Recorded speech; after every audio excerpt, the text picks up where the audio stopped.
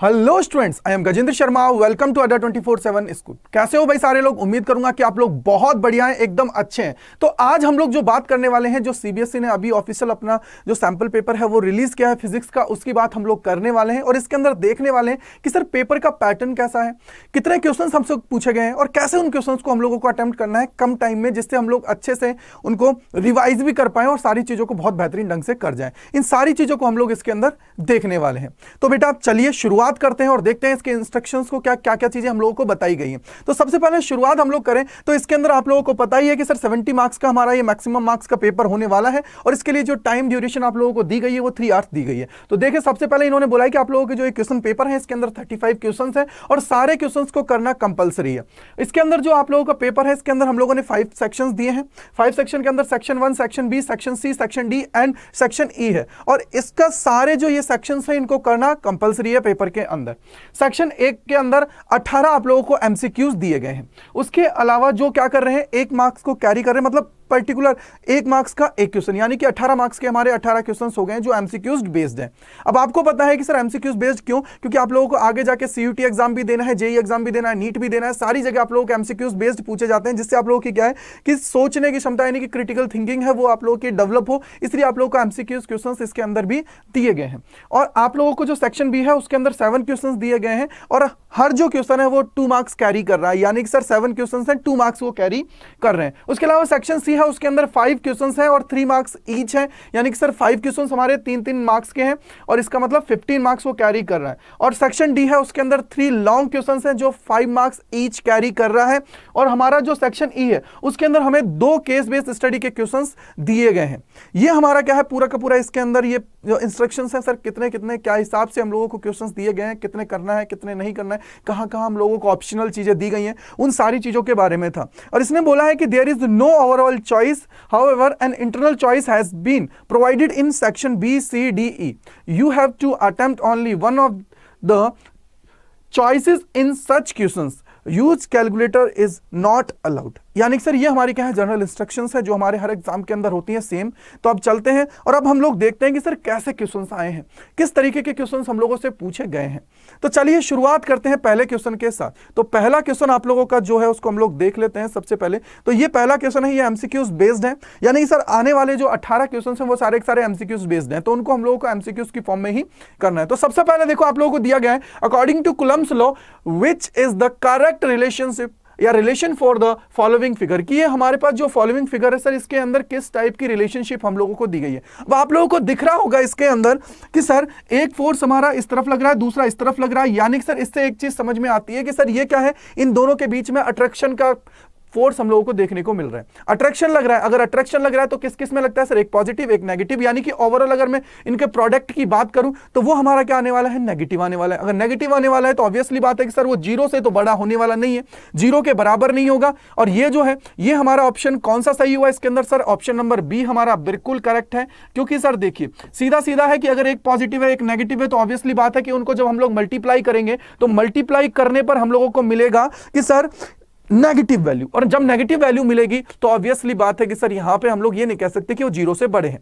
ये हमारा क्या हुआ, ऑप्शन नंबर 20 का करेक्ट है। चलिए सेकंड क्वेश्चन पे चलते हैं। सेकंड क्वेश्चन है, आप लोगों को मैं हर बार बोलता हूं कि आप लोग मोस्टली क्या करते हो स्टूडेंट्स, सारे क्या करते हैं कि जर्नल पॉइंट जो होता है पोटेंशियल के अंदर जो हमारा चैप्टर सेकंड है उसके अंदर वो क्या करते हैं, जर्नल इक्वेशन, जर्नल जो हमारा पॉइंट होता है उस पर सॉल्व कर लेते हैं जब हम लोग डाइपोल की बात करते हैं। लेकिन आप लोगों को यहां पे देखो दे भी दिया गया है कि the electric potential on the axis of an electric dipole at a distance r from its centre v is v, यानी कि सर अगर मैं एक्सिस पोजीशन पे बात करता हूं तो v मेरा पोटेंशियल है, बोला गया है then the potential at a point at the same distance on its equatorial line will be. अब मेरे को एक चीज बताओ यार, किसकी बात की है यहां पे जो बात की है वो क्या की है, पोटेंशियल की।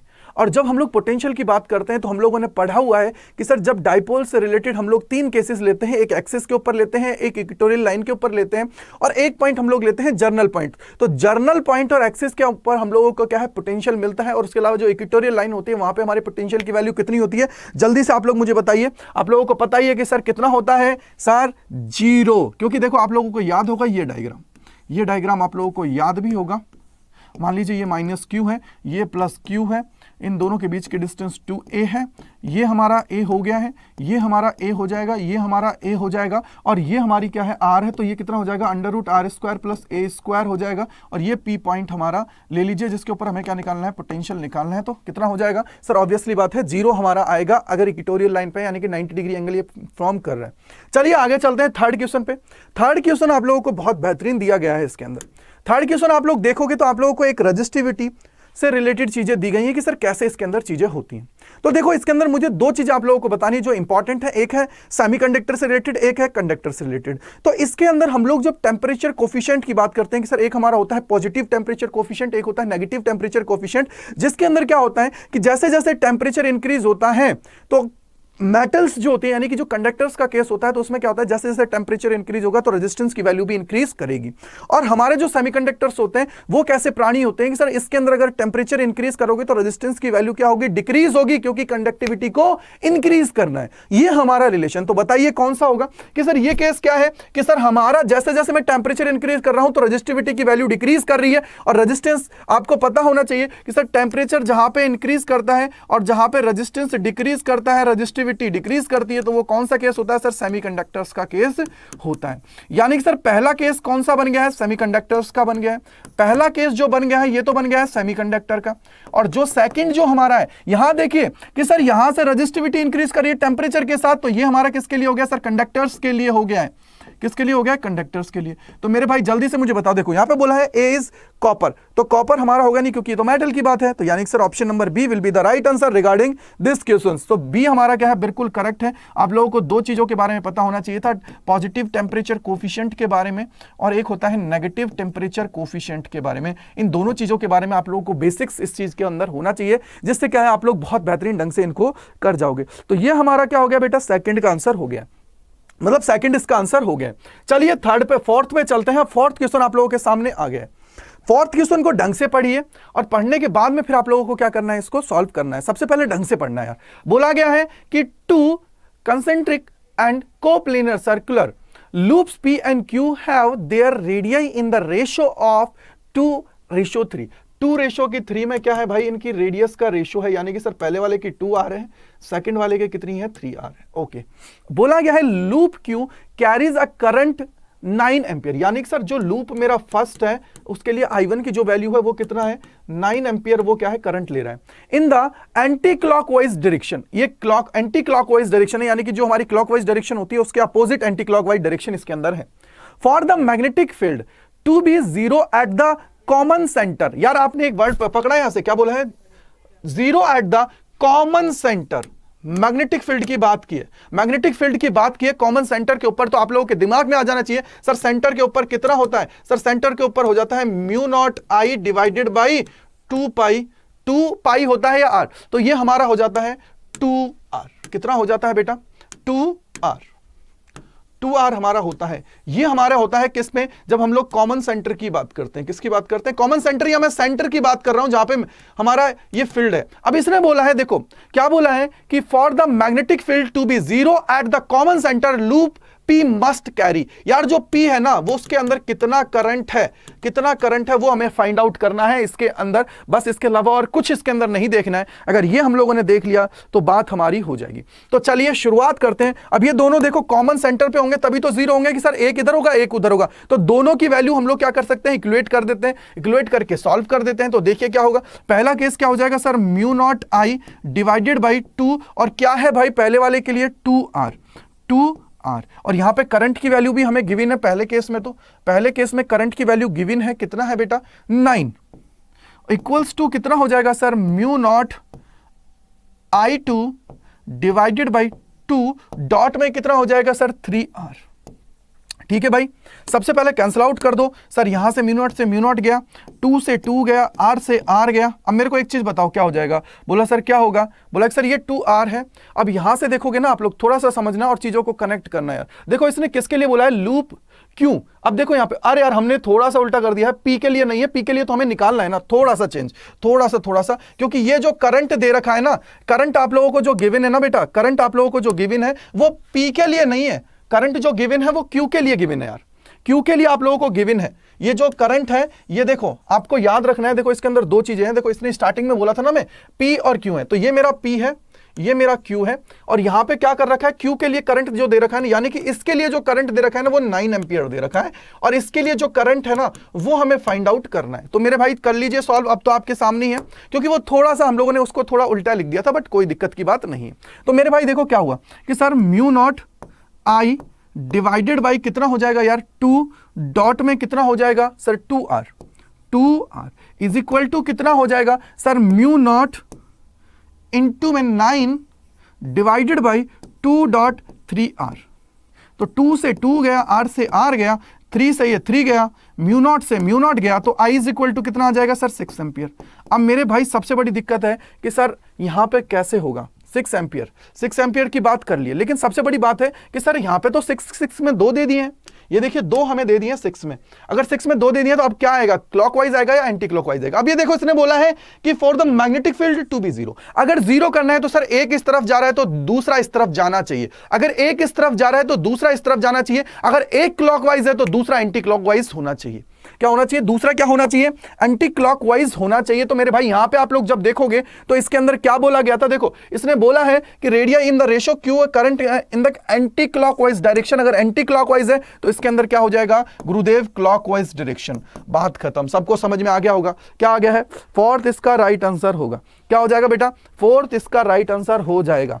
ठीक है, फोर्थ हमारा इसका राइट आंसर हो गया है। सबको समझ में आ गया होगा कि सर इसका फोर्थ कैसे आया है, सबको क्लियर हो गया भाई, फोर्थ कैसे आया है, सबको क्लियर है फोर्थ, कि फोर्थ इसका राइट आंसर हो जाएगा। और मॉडरेट लेवल का है यार, ये ज्यादा हाई नहीं है, मॉडरेट लेवल का है, तो दिमाग में इसको बिठा लीजिए, मॉडरेट लेवल का है। चलिए नेक्स्ट पे चलते हैं। अब नेक्स्ट सवाल है ये सवाल बहुत बेहतरीन है, थोड़ा मॉडरेट लेवल का है, आपके अकॉर्डिंग थोड़ा सा मॉडरेट है यार, ये थोड़ा सा मॉडरेट है, ज्यादा नहीं है। देखो इसको ढंग से पढ़ना है, क्योंकि मेनली पता है क्या है, इसके अंदर जो चीजें दी गई है ना उनको थोड़ा सा ढंग से हमें पढ़ने की जरूरत है, थोड़ा सा ढंग से देखने की जरूरत है।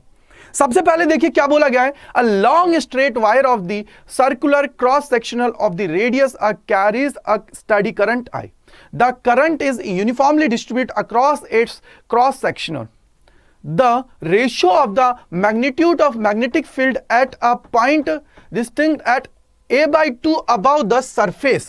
यार एक चीज मुझे बताओ, पहला केस क्या है, इसकी रेडियस कितनी दे रखी है, अगर आपने देखा हो तो रेडियस देखो, cross section radius of a carries. अब रेडियस क्या है इसकी, आर है बेटा, रेडियस क्या है, ए है, ढंग से ध्यान रखिएगा रेडियस जो है ना, क्योंकि देखिए आपने बोला है ना a/2 है और a/2 है, तो रेडियस सीधा सीधा याद रखो क्या दे रखी है, रेडियस जो इसके लिए होगी मेरे भाई वो हो जाएगी a। रेडियस कितनी है, a।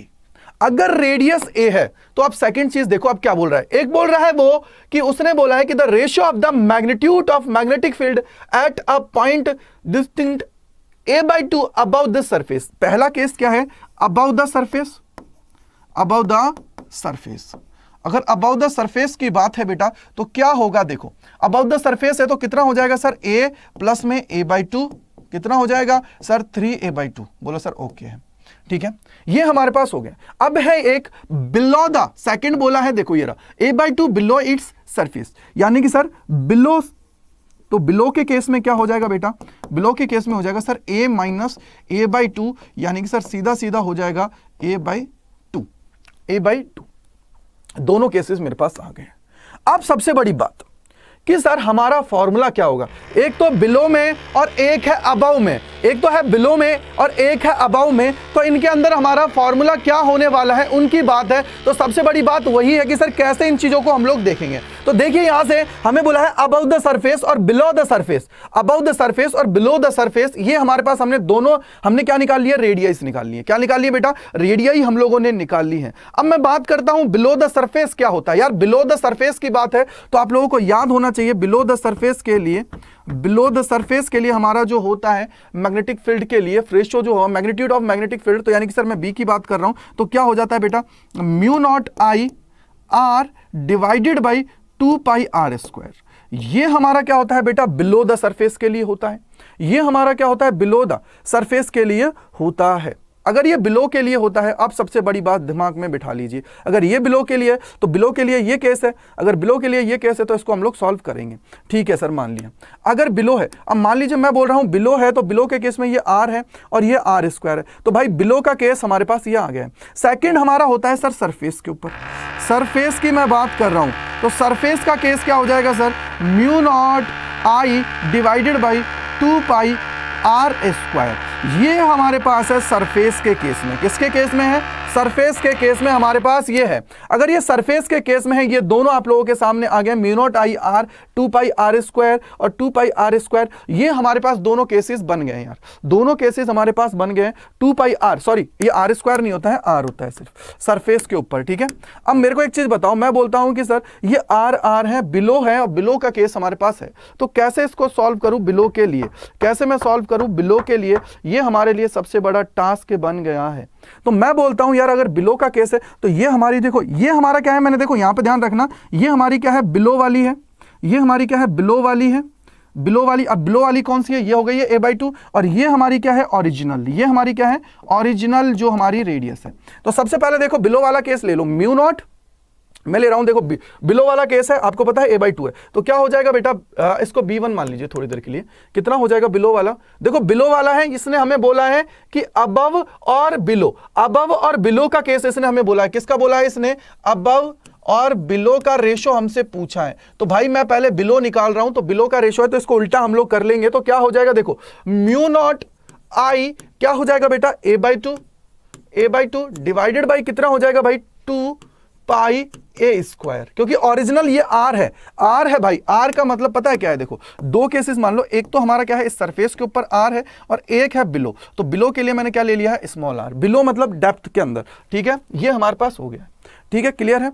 अब देखो यहां से क्या बन गया है सर, ये हो जाएगा, अगर मैं इसको देखता हूं तो एक ए से एक ए गया, तो ये हमारा क्या हो जाएगा sir, mu naught I divided by 4 pi ए, ये हमारे पास आ गया b1, राइट है, ये हमारे पास आ गया b1। अगर ये मेरे पास b1 है तो b2 कितना आ जाएगा, अब हमारा b2, ये देखो याद रखना ये बिलो के लिए है, ये हमारा अबव के लिए है, ये बिलो के लिए है, ये अबव के लिए है, तो कितना हो जाएगा अबव के लिए, कितना हो जाएगा भाई, सीधा सीधा पता है sir, mu naught I divided by कितना हो जाएगा 2 पाई और आर, आर कितनी हो जाएगी सर, आर हमारा कितना हो जाएगा 3a/2, यानी कि सर 3a/2। अगर ये 3a/2 है तो इस 2 से ये 2 कैंसिल आउट हो गया, तो ये कितना हो जाएगा sir, mu naught I divided by 3 pi ए। ठीक है, बोला सर ओके। तो हमें रेशो किसका निकालना है यार, रेशो किससे किसका निकालना है, आपको पता है सर अबव से बिलो का रेशो हमें निकालना है, अबव से बिलो का रेशो निकालना है, तो ऑब्वियसली बात है निकालिए, सॉल्व करिए। अगर मैं यहां से निकालना है, मुझे रेशो निकालना है ना, तो मैं रेशो के लिए क्या करता हूं, अबव से बिलो का है तो यानी कि सर b2/b1 कर देता हूं, b2/b1 है तो कितना आ जाएगा सर, ये आ जाएगा mu naught I divided by 3 pi a, into में क्या हो जाएगा बेटा, इंटू में हो जाएगा sir 4 pi a divided by mu naught I, तो इन दोनों से ये कैंसिल आउट हो गया, ए से ए गया, पाई से पाई गया, कितना आ जाएगा बेटा 4:3 का रेशियो आ जाएगा। ये मेरा क्या है 4:3 का रेशियो है, और 4:3 का रेशियो किस में आ रहा है, ऑब्वियसली बात है सर जी सी के अंदर हमारा आ रहा है, यानी कि थर्ड के अंदर आ रहा है, थर्ड के अंदर हमारा आ रहा है, तो थर्ड हमारा आ गया है। तो इट मींस क्या हुआ सर, इसका रेशो जो बन चुका है, अब वो रेशो कितना हो गया बेटा थर्ड, यानी कि 4:3 का रेशो हमारा इसका है, जो हमारा क्या है राइट आंसर है। ठीक है, क्लियर है। चलिए अगले पे चले, अगले पे चलते हैं। अगला सवाल है आपके सामने ये, अब यार देखो यहां से आगे ना आपके ज्यादा हार्ड सवाल नहीं है, नॉर्मल है। तो देखो क्या है, if the magnetising field on a ferromagnetic material is increased its permeability. यार एक चीज बताओ, इसने बोला देखो क्या बोला है, इफ द मैग्नेटाइजिंग फील्ड, अब मैग्नेटाइजिंग फील्ड का मतलब क्या होता है बेटा, एच की बात है, अगर इसको इंक्रीज कर देते हो तो भाई क्या होगा, म्यू पे क्या होगा, म्यू पे क्या इंपैक्ट आएगा, क्या ये इंक्रीज करेगा या डिक्रीज करेगा, मुझे एक चीज बताओ, म्यू पे क्या इंपैक्ट आएगा, जल्दी से मुझे बताओ म्यू पे क्या इंपैक्ट आएगा। क्योंकि देखो आप लोगों को अगर रिलेशन याद हो तो मैं बता भी देता हूं, वैसे mu is equal to mu naught 1 plus m by H, ये हमारी रिलेशन जो होती है इसके अंदर अगर ये इंक्रीज हुआ तो ये ऑब्वियसली बात है डिक्रीज करेगा, ये क्या करेगा डिक्रीज करेगा, यानी कि A will be the right answer. सबको क्लियर है भाई, सबको क्लियर है इसका। ए कैसे आया कि sir mu is equal to mu naught 1 plus m by H, H increase तो म्यू डिक्रीज, ऑब्वियसली बात है। चलिए भाई आगे चलते हैं, सेवंथ सवाल, सेवंथ सवाल है ये भी बहुत प्यारा सवाल है। यहां से देखो इसने एक चीज बोली है, an iron cored coil is, coil is connected in a series with an electric bulb with an AC source as shown in figure। यार देखो इसने क्या किया है, एक कॉइल लगा दी है, एक AC सोर्स लगा दिया है, एक बल्ब लगा दिया है। When iron piece is taken out of the coil, the brightness of the bulb will, क्या होगी?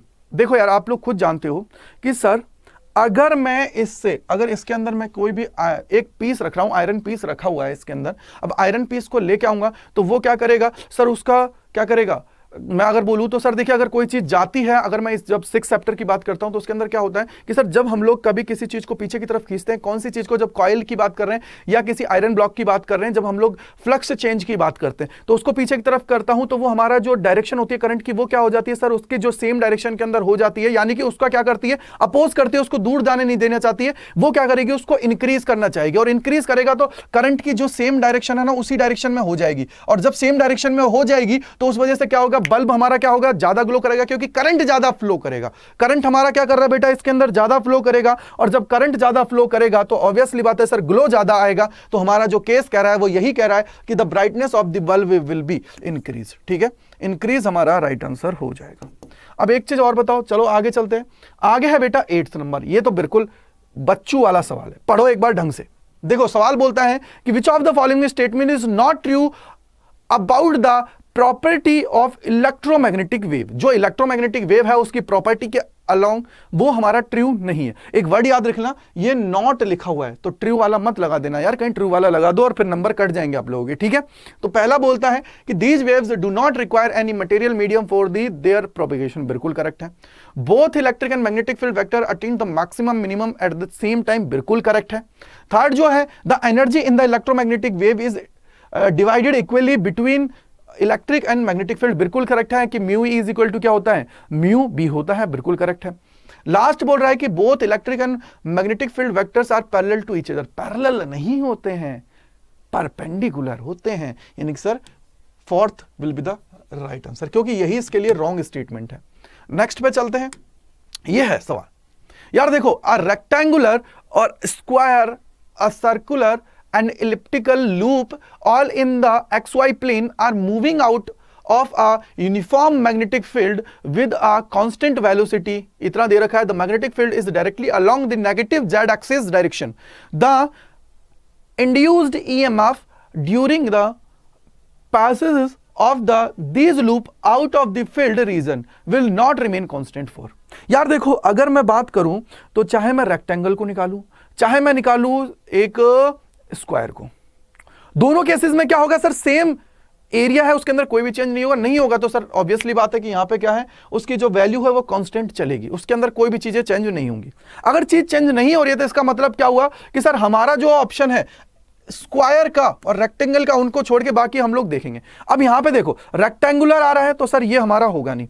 अब सर्कुलर और elliptic any of the four, any of the four का कोई मतलब नहीं है कि सर एक हमारा होगा। अब आपको पता है सर्कुलर और इलिप्टिकल शेप है तो इस केस में क्या होगा, चेंज करेगा, वेरी करेगा, वो कांस्टेंट नहीं रहेगा, विल नॉट रिमेन कांस्टेंट, नहीं होगा। तो ऑब्वियसली बात है कि the circular and elliptical loop. चलिए भाई आगे चलते हैं, नेक्स्ट सवाल है 10 सवाल। ये 10 सवाल बहुत प्यारा, बहुत अच्छा है। बोला गया है in a Young's double slit experiment the path difference at a certain point on the screen between two interface क्या है, interfering waves is 1/8 of the wavelength, 1/8 of the wavelength। अब आप सबसे पहले क्या निकाल लोगे इससे, पाथ डिफरेंस दे रखा है तो फेज डिफरेंस निकाल लो सीधा सीधा। सबसे पहले मैं साथ के साथ बताता चलता हूं, तो क्या होता है 2π/λ इंटू क्या होता है λ/8, लैम्डा से लैम्डा गया, 2 से ये 4 टाइम्स गया, यानी कि सर π/4 हमारा आ गया। ठीक है आगे चले, wavelength, the ratio of the intensity at this point to that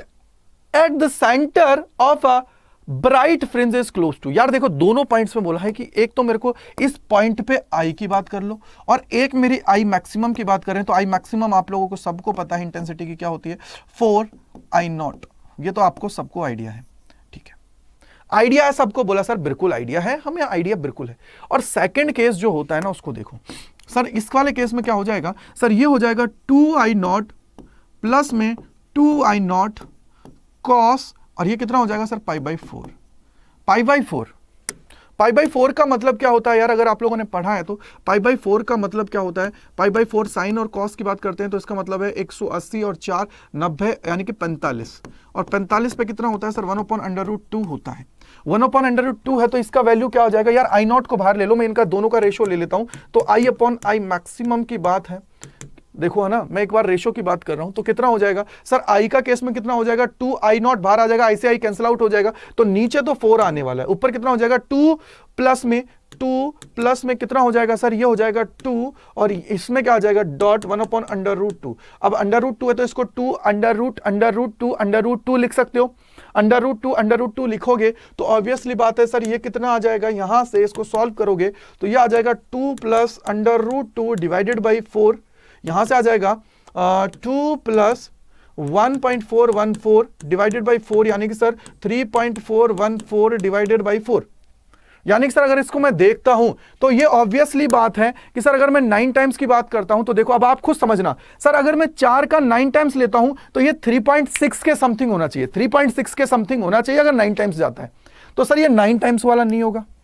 और अगर मैं देखता हूं 8 टाइम्स, देखो अब ये है 8 टाइम्स और इससे कम वाला, तो मैं देखो मल्टीप्लाई नहीं कर रहा हूं क्योंकि इतना टाइम आप लोगों को भी नहीं लगाना है, 4 से अगर 8 टाइम्स जाते हो तो 3.2 होता है, 3.2 के अराउंड 3.2, क्योंकि 4 अगर 100% लेता हो तो 80% कितना होता है बेटा 3.2 जाता है, अगर 3.2 है तो यहां पे ये भी नहीं है, इससे कम है तो ऑब्वियसली बात नहीं है, तो एक ही ऑप्शन बचा है, D will be the right answer कि 0.85 हमारा परसेंट है, 0.85 के अराउंड ये हमारा है, क्योंकि आप लोग हम निकाल सकते हो कि सर 4 इंटू 0.85 अगर निकालना चाहते हो तो 8 चौक 32 3.2 हो जाता है और 8 पंजे 40 यानी 0.2, यानी कि सर ये हमारा आ जाएगा 3.4 के अराउंड आ जाएगा, तो ये ऑब्वियसली बात है सर ये इतना ही आएगा, ऑब्वियसली बात है, तो इसका 1.4 है तो इतना मतलब लगभग इतना ही जाएगा, 0.85 आगे तक बढ़ता जाएगा लेकिन वैल्यू इतनी है एग्जैक्ट, ठीक है, तो कितना आ गया है 0.85।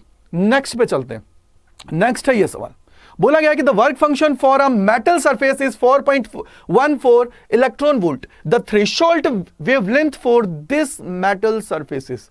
यार क्या दे रखा है, पढ़ो देख से, सर वर्क फंक्शन की बात की, वर्क फंक्शन क्या होता है सर, मिनिमम रिक्वायर होती है, मिनिमम एनर्जी जो रिक्वायर्ड होती है उसकी बात है। बोला सर ओके है, मान लिया आपकी बात को, अगर मान लिया है मेरी बात को तो भाई चलिए सॉल्व करते हैं। देखो क्या दे रखा है, work function for a metal surface, मैं वर्क फंक्शन को आपको पता है कि 5 नोट से डिनोट करता हूं, कितना आ जाएगा 4.14 इलेक्ट्रॉन वोल्ट। बोला सर ओके है।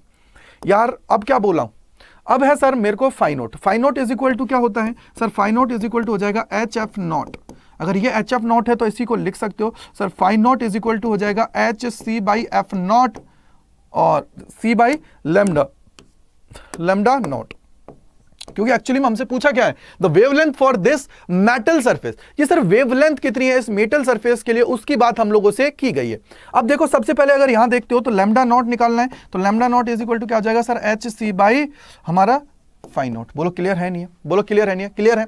H क्या होता है सर, प्लांक्स कांस्टेंट, H क्या होता है प्लांक्स कांस्टेंट, अगर प्लांक्स कांस्टेंट है कितना हो जाएगा 6.63 इंटू 10⁻⁻34। बोला सर ओके है, तो रख दिए इसमें 6.63 इंटू 10⁻⁻34 इंटू में कितना हो जाएगा बेटा 3 इंटू में कितना हो जाएगा 10⁸ डिवाइडेड बाई कितना हो जाएगा सर, 5 नोट की वैल्यू कितनी है सर 4.14 है और इलेक्ट्रॉन वोल्ट है तो 1.6 इंटू 10⁻⁻19। बोलो ठीक है नहीं है, बोलो सर बिल्कुल करेक्ट है, बोलो करेक्ट है, बोलो सर ओके है, ठीक है। अब इतने तक हम लोग पहुंच गए, इसको सॉल्व कर देते हैं। क्या दिक्कत है कि सर अगर इसको मैं देखता हूं तो कितना हो जाएगा 19 है, 8 या 8 ऊपर जाएगा तो प्लस में हो जाएगा, 8 इसमें एड ऑन हो जाएगा तो 27 हो जाएगा, 27 होगा तो 10⁻⁻20 कितना हो जाएगा 34 है और प्लस में हो जाएगा 27 कितना हो जाएगा यानी कि सर 10⁻⁻7 ये बच गया। ऊपर कितना रह गया है सर, ऊपर रह जाएगा 6.63 इंटू में हो जाएगा 3 डिवाइडेड बाय कितना आ जाएगा बेटा 4.14 इंटू 1.6, ये हमारे पास हुआ। सॉल्व करो इसको, कितना आया। अब सॉल्व करते हो तो इसका सीधा सीधा जो हमारी वैल्यू आती है, तो देखो यहां से सॉल्व कर लो इसको, इसको सॉल्व करोगे तो देखिए कितना आएगा सर, इस पॉइंट से पॉइंट कैंसिल आउट कर देते हैं, पॉइंट से पॉइंट उड़ गया 663 डिवाइडेड बाय 441 और इसको अगर मैं दोनों को मल्टीप्लाई करके अगर इसके साथ जाता हूं तो अप्रोक्सीमेटली ये कैंसिल आउट हो जाता है, 1 टाइम से ये चला जाता है, 1 टाइम्स अप्रोक्सीमेटली ले रहा हूं मैं। अगर ये 3 है तो अब देखो मेरे को एक चीज बताओ, अगर ये 3 है तो मुझे निकालना है एंगस्ट्रॉम में, तो ये 3 इंटू 10⁻⁻7 अब मुझे 1000 में चाहिए तो 3000 इंटू हो जाएगा 10⁻⁻10 यानी कि sir 3000 angstrom will be the right answer. 3000 आ गया, 3000 मैंने देखो अप्रोक्सीमेटली उसको मल्टीप्लाई करके सॉल्व कर दिया, अप्रोक्सीमेटली ले गया हूं, अप्रोक्सीमेटली मैंने उसको सॉल्व कर लिया। बाकी आप लोग चाहो तो उसको सॉल्व कर लीजिए, वैसे मैं चाहे आप लोगों के लिए वैसे सॉल्व कर देता हूं, कोई दिक्कत की बात नहीं है। जैसे यहां पे देखिए कितना है, एक सेकंड मुझे दीजिए बेटा, देखिए कितना है 6.63 डिवाइडेड बाई 4.14 डिवाइड, ये देखो ये अराउंड आएगा, ये जो इसको सॉल्व करोगे तो ये डिवाइडेड बाई 1.6, ये देख लो अराउंड 1.0009 जाएगा। तो यार बिल्कुल करेक्ट है, हमने अप्रोक्सीमेटली मैंने उसको सॉल्व कर लिया था, अप्रोक्सीमेटली मैंने लिया और उसको सॉल्व कर दिया बस, ठीक है। तो 3000 एंगस्ट्रॉम यानी कि sir third will be the right answer. तो 11th का क्या हो गया है, थर्ड हमारा बिल्कुल करेक्ट है। चलिए नेक्स्ट सवाल पे चलते हैं। नेक्स्ट सवाल है ये, नेक्स्ट सवाल है ये, पढ़ो। नेक्स्ट सवाल क्या दे रखा है इसको भी देख लेते हैं। नेक्स्ट सवाल में दिया गया है कि the radius of the intermost electron orbit of a hydrogen atom is 5.3 into 10⁻⁻11 metre. The radius of the n equals to 3 orbits is. यार सी देखो, अब आपको याद हो तो हम लोगों ने याद भी है कि सर एक आती है जब हम लोग रेडियस की बात करते हैं, तो जब हम लोग बोहर्ट्ज nth ऑर्बिट में बात करते हैं तो n स्क्वायर की टर्म आती है और बाकी सेम चलता है। तो इसलिए मैं इसको डायरेक्ट लिखूंगा कि सर r3 की मैं बात करता हूं, कितना हो जाता है n स्क्वायर r0, सीधा सीधा है। तो n स्क्वायर कितना है बेटा, n स्क्वायर है यानी कि सर 9 हो गया इंटू r0, यानी कि जो इसकी इंटरमोस्ट पे कितना है 5.3 इंटू 10⁻⁻11। तो देखो 9×27 गया, 9×5 = 35, 36 हो, कितना हो गया 9×27 7, 2 गया, 9×5 = 45, 2 47 हो गया ना यार, इंटू 10⁻⁻11 कितना हो जाएगा सर 4.77 इंटू 10⁻⁻10 और यूनिट क्या आ जाएगी सर मीटर। तो यार कौन सा ऑप्शन हुआ, fourth will be the right answer. Fourth बिल्कुल करेक्ट आंसर है, ठीक है, फोर्थ हमारा क्या है, बिल्कुल करेक्ट आंसर है। क्लियर हुआ सभी को, किसी को कोई दिक्कत, किसी को कोई परेशानी बिल्कुल नहीं होगी, राइट है। चलिए नेक्स्ट सवाल पे। नेक्स्ट सवाल दे रखा है कि which of the following statement about the nuclear force is not true. Not लिखा हुआ है, नॉट ट्रू की बात है कि सर जो बिल्कुल सही नहीं है न्यूक्लियर फोर्स के रिगार्डिंग। क्या बोला गया, पढ़ा पहला, the nuclear force between two nucleus falls rapidly to zero as there distance is more than a few femtometres. बिल्कुल करेक्ट है। आगे बोला गया the nuclear force is much weaker than the Coulomb's force. यार मच वीकर थोड़ी होता है, strongest force होता है यार, स्ट्रॉन्ग करता है, स्ट्रॉन्ग स्ट्रॉन्ग स्ट्रॉन्ग। तो इसका मतलब क्या हुआ, राइट आंसर क्या हो जाएगा सेकंड। सेकंड का मतलब क्यों, क्योंकि इसके लिए ट्रू नहीं है, इसलिए मैंने सेकंड इसको कर दिया, आगे पढ़ने की भी जरूरत नहीं है। चलिए नेक्स्ट सवाल पे। नेक्स्ट सवाल है बेटा 14th, ये देख लेते हैं, ये भी प्यारा, बहुत प्यारा सवाल है। देखो, if the reading of the voltmeter V1 is 40 volt, then the reading of the voltmeter V2 is। यार देखो V1 की दे रखी है, V1 कहाँ किसके अक्रॉस लगा रखा है इन्होंने, V1 जो देखो आपको अगर ये दिमाग में आ रहा हो तो आप लोगों को क्या दे रखा है सर, ये दे रखा है RLC सर्किट। क्या दे रखा है, RLC सर्किट दे रखा है। और इन्होंने क्या किया है, एक तो रेजिस्टेंस के साथ लगा रखा है V2, और इन्होंने क्या किया है, V1 जो लगा रखा है ना बेटा, वो लगा रखा है L और C के साथ जो है V1 है। क्लियर बात है, यानी कि सर उन दोनों का बीच में जो डिफरेंस है ना वो हमारा है। और इसके बाद में इन्होंने एक सप्लाई भी दे रखी है, सप्लाई यानी कि मैं इसको बोल देता हूं V कितना दे रखा है बेटा 50 √2 sin ω/t। अब मेरे को एक चीज बताओ, ये क्या है सर, V0 है। अगर ये V0 है बेटा तो मुझे तो क्या चाहिए होता है सर, VRMS चाहिए होता है। तो सीधी सीधी बात है, VRMS अगर मुझे चाहिए होता है तो मैं क्या बोलूंगा, VRMS चाहिए तो ये कितना हो जाएगा सर 50 √2 डिवाइडेड बाई, क्योंकि V मैक्सिमम अपॉन √2 होता है, ऑब्वियसली बात है। तो √2 से √2 गया, कितना बच गया बेटा 50 वोल्ट। यानी कि सर अब हम लोगों को निकालना है, इसको सॉल्व करना है। तो देखिए कैसे निकाल सकते हो, मैं सीधा सीधा आपको सिंपल तरीका बताता हूं। वो तरीका है जब हम लोग बात करते हैं RLC के अंदर और जब हम लोग वोल्टेज के रिस्पेक्ट में जाते हैं तो क्या होता है कि सर ये हमारा है। तो देखो मैं बोल देता हूं कि VRMS का square is equal to VR का स्क्वायर प्लस में क्या हो जाएगा VL माइनस VC का स्क्वायर। ठीक है, मुझे चाहिए VR का स्क्वायर, क्योंकि देखो ये किसके अक्रॉस है, V2 किसके अक्रॉस है बेटा, V2 जो है रेजिस्टेंस के अक्रॉस है, तो मैं इसको R के रेस्पेक्ट में ले रहा हूं।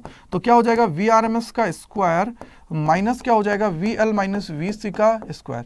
तो यार ऑब्वियसली बात है कितना हो जाएगा ये, अगर इसको लेते हूं मैं RMS है, अब आपको पता लग गया होगा कि RMS वैल्यू हम लोग लेते हैं, तो मैं इसको RMS ही है, ठीक है, ज्यादा उसके चक्कर में नहीं पड़ना, दिमाग में बिठा लो कि RMS मैंने ये लिखा है। ये हमारा क्या है, नॉर्मल V है, वीएम, ठीक है। ये आरएमएस है।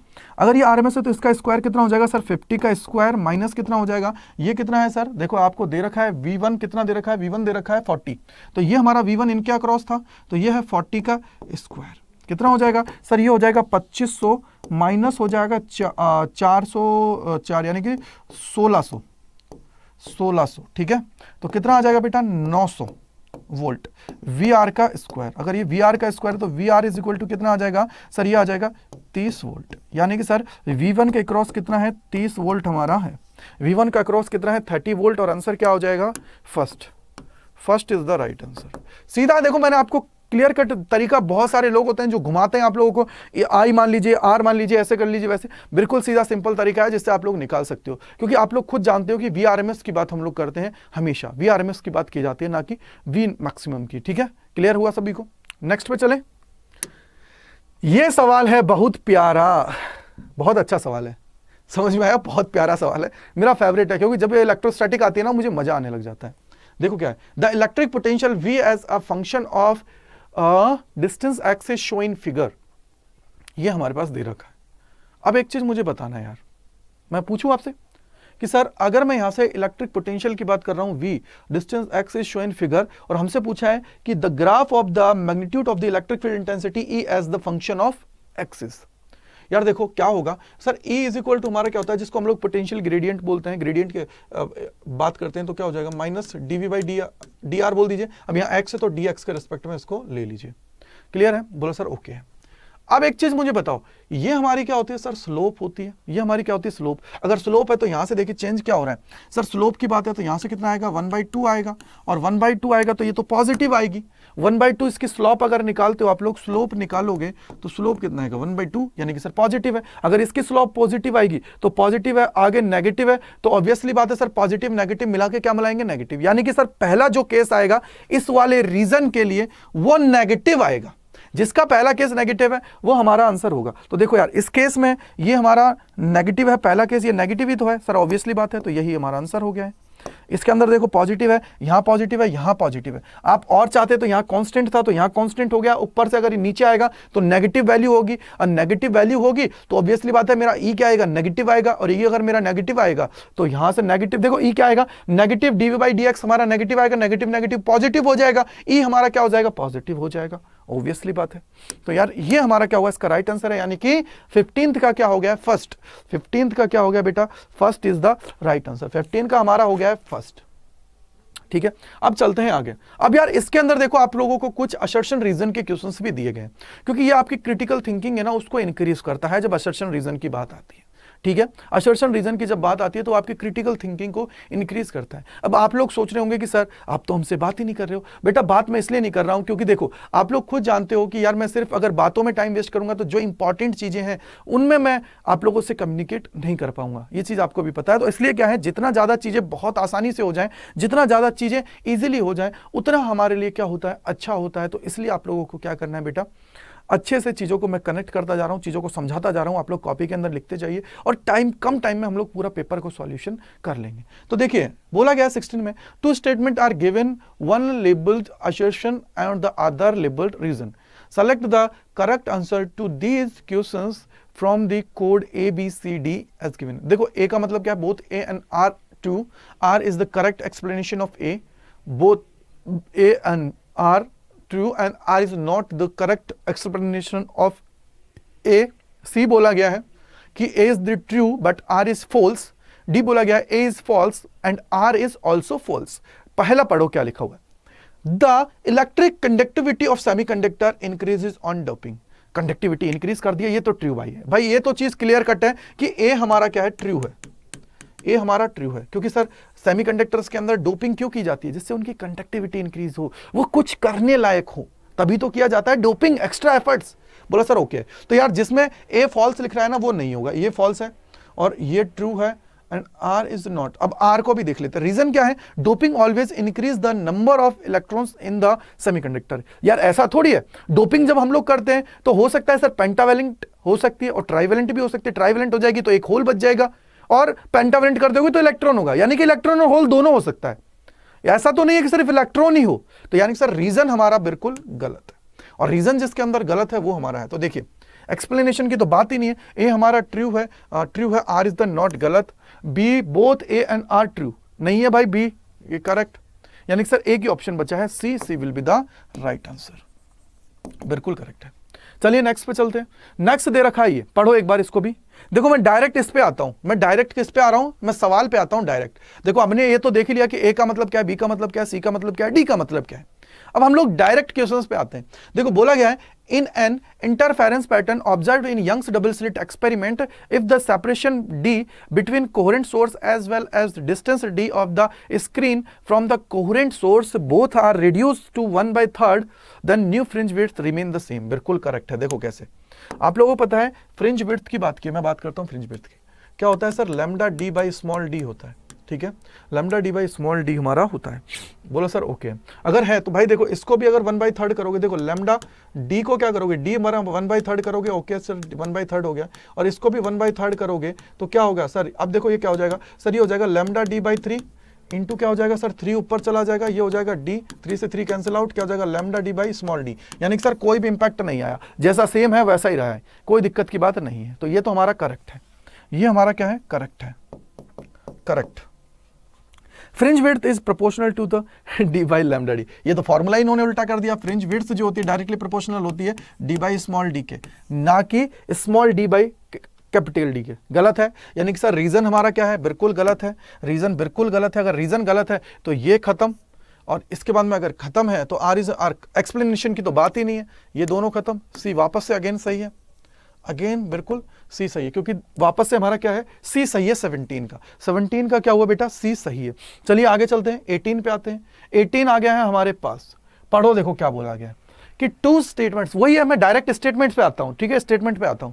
तो देखो क्या बोला है, assertion बोला है कि the photoelectrons produced by a monochromatic light beam incident on a metal surface has a spread in their kinetic energy। यार देखो दो चीजें हैं, बिल्कुल करेक्ट है कि अगर मैं photo electron produce by a monochromatic light on a metal surface has a spread in their kinetic energy. Obviously बात है, क्या देखो जब मेटल सरफेस होती है तो उसके ऊपर एनर्जी आती है, तो इलेक्ट्रॉन्स बाहर निकलते हैं, ऑब्वियसली बात है।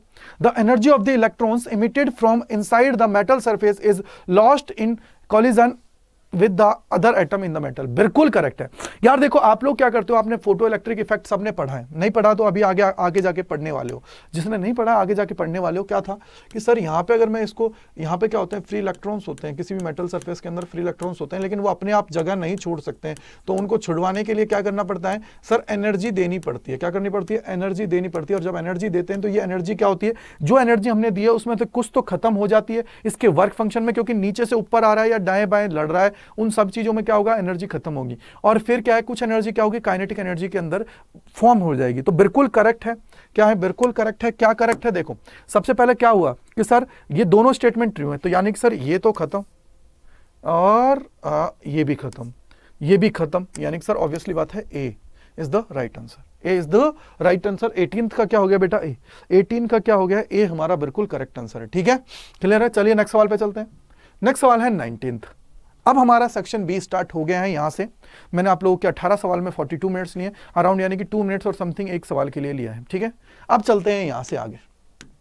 देखो मैं आप लोगों को जो डेरिवेशन पार्ट है उसको मैं नहीं कराऊंगा, क्योंकि डेरिवेशन आप लोग खुद जानते हो कि यार डेरिवेशन के चक्कर में हम लोग अपना टाइम नहीं खराब कर सकते, क्योंकि डेरिवेशन तो सबको आती है, जो नहीं आती है वो है न्यूमेरिकल। न्यूमेरिकल में सबको दिक्कत होती है, तो न्यूमेरिकल में मैं फोकस कर रहा हूं इस पूरे के पूरे सेशन के अंदर, जिनसे आपको दिक्कत ना हो और न्यूमेरिकल्स को बहुत बेहतरीन ढंग से आप लोग कर जाओ। ठीक है, डेरिवेशन जो पार्ट होगा मैं खुद कह दूंगा कि आप लोगों की ये डेरिवेशन खुद पढ़ सकते हो, कर सकते हो। ठीक है, कोई दिक्कत की बात नहीं है, उनके लिए मैं आप लोगों को बिल्कुल भी टाइम आपका वेस्ट नहीं करना चाहूंगा। ठीक है, तो देखिए बोला गया है इलेक्ट्रोमैग्नेटिक वेव विद वेवलेंथ। देखो लैम्डा 1, लैम्डा 2, लैम्डा 3 आपको दिया गया है। अब आपको क्या करना है, एप्लीकेशंस के थ्रू इनको पहचानना है कि सर लैम्डा 1 क्या कह रही है, लैम्डा 2 कौन है, लैम्डा 3 कौन है, इन सबको पहचानना है आप लोगों को। और जब इनको पहचान लोगे आप, तब इजीली क्या कर पाओगे, आप इनको देख पाओगे। तो सबसे पहले देखिए मेरे भाई क्या दे रखा है। पहला है lambda 1 is the suitable for the radar system and used in aircraft navigation. ये तो बचपन से हम लोग पढ़ते आ रहे हैं, आप हर बार बोर्ड का अगर पेपर उठाओगे तो उसके अंदर ये तो आएगा, जो हमारी क्या होती है, माइक्रोवेव। क्या होती है बेटा, माइक्रोवेव। ठीक है, बोलो ओके सर। आगे देखा lambda 2 is used to kill the germs in water purifiers. ब्यूटी वाटर प्यूरिफायर्स के अंदर किसको यूज करते हैं बताओ, अगर आप लोगों को याद हो तो। सर हम लोग यूज करते हैं अल्ट्रावायलेट्स को। किसको? अल्ट्रावायलेट्स को, जो जर्म्स को किल करने के काम आती है, यानी कि अल्ट्रावायलेट हो गया। अब है lambda 3 is the use to improve visibility in the runways during fog and mist conditions. कौन होता है सर? एक ही है बेचारा, IR, इंफ्रारेड। ठीक है, इंफ्रारेड IR। तो मुझे बताओ, इसने बोला है कि इसको किस में लिखना है? असेंडिंग ऑर्डर में लिखना है। तो सबसे बड़ा कौन है? माइक्रोवेव्स।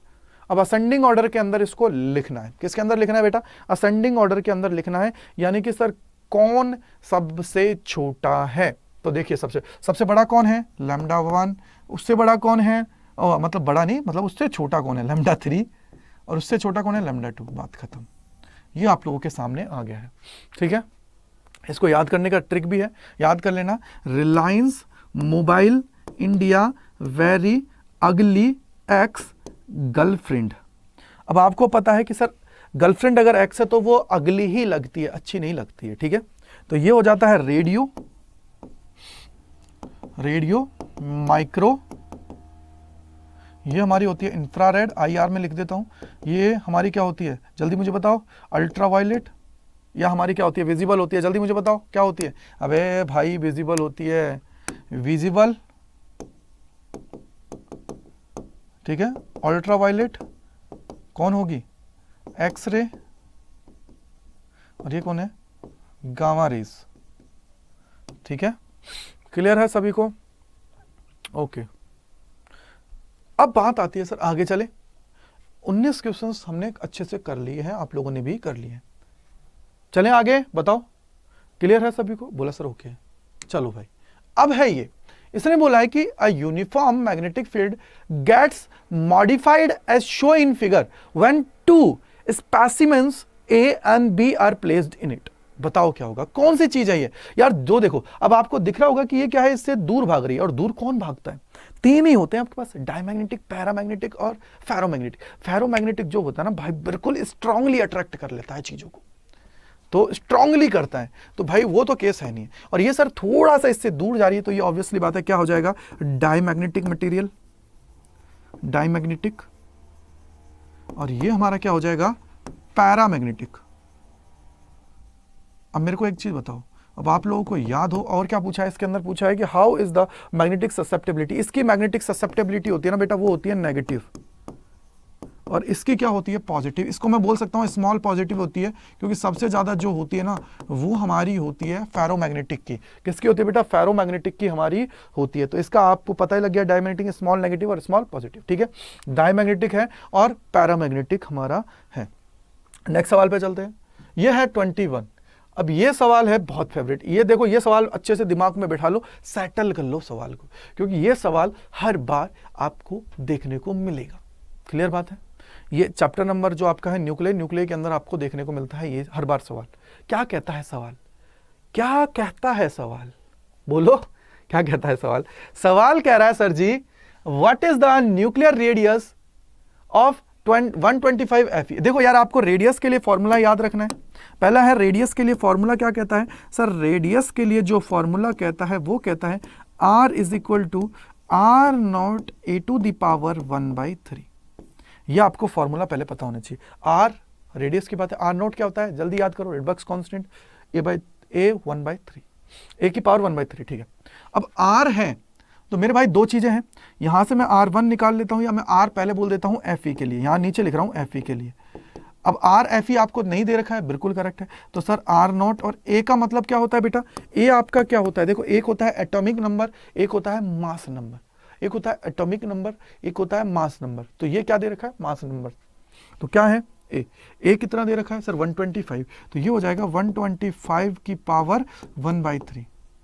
और सेकंड केस ले लो, R AL के लिए कितना हो जाएगा? R0 27 1/3।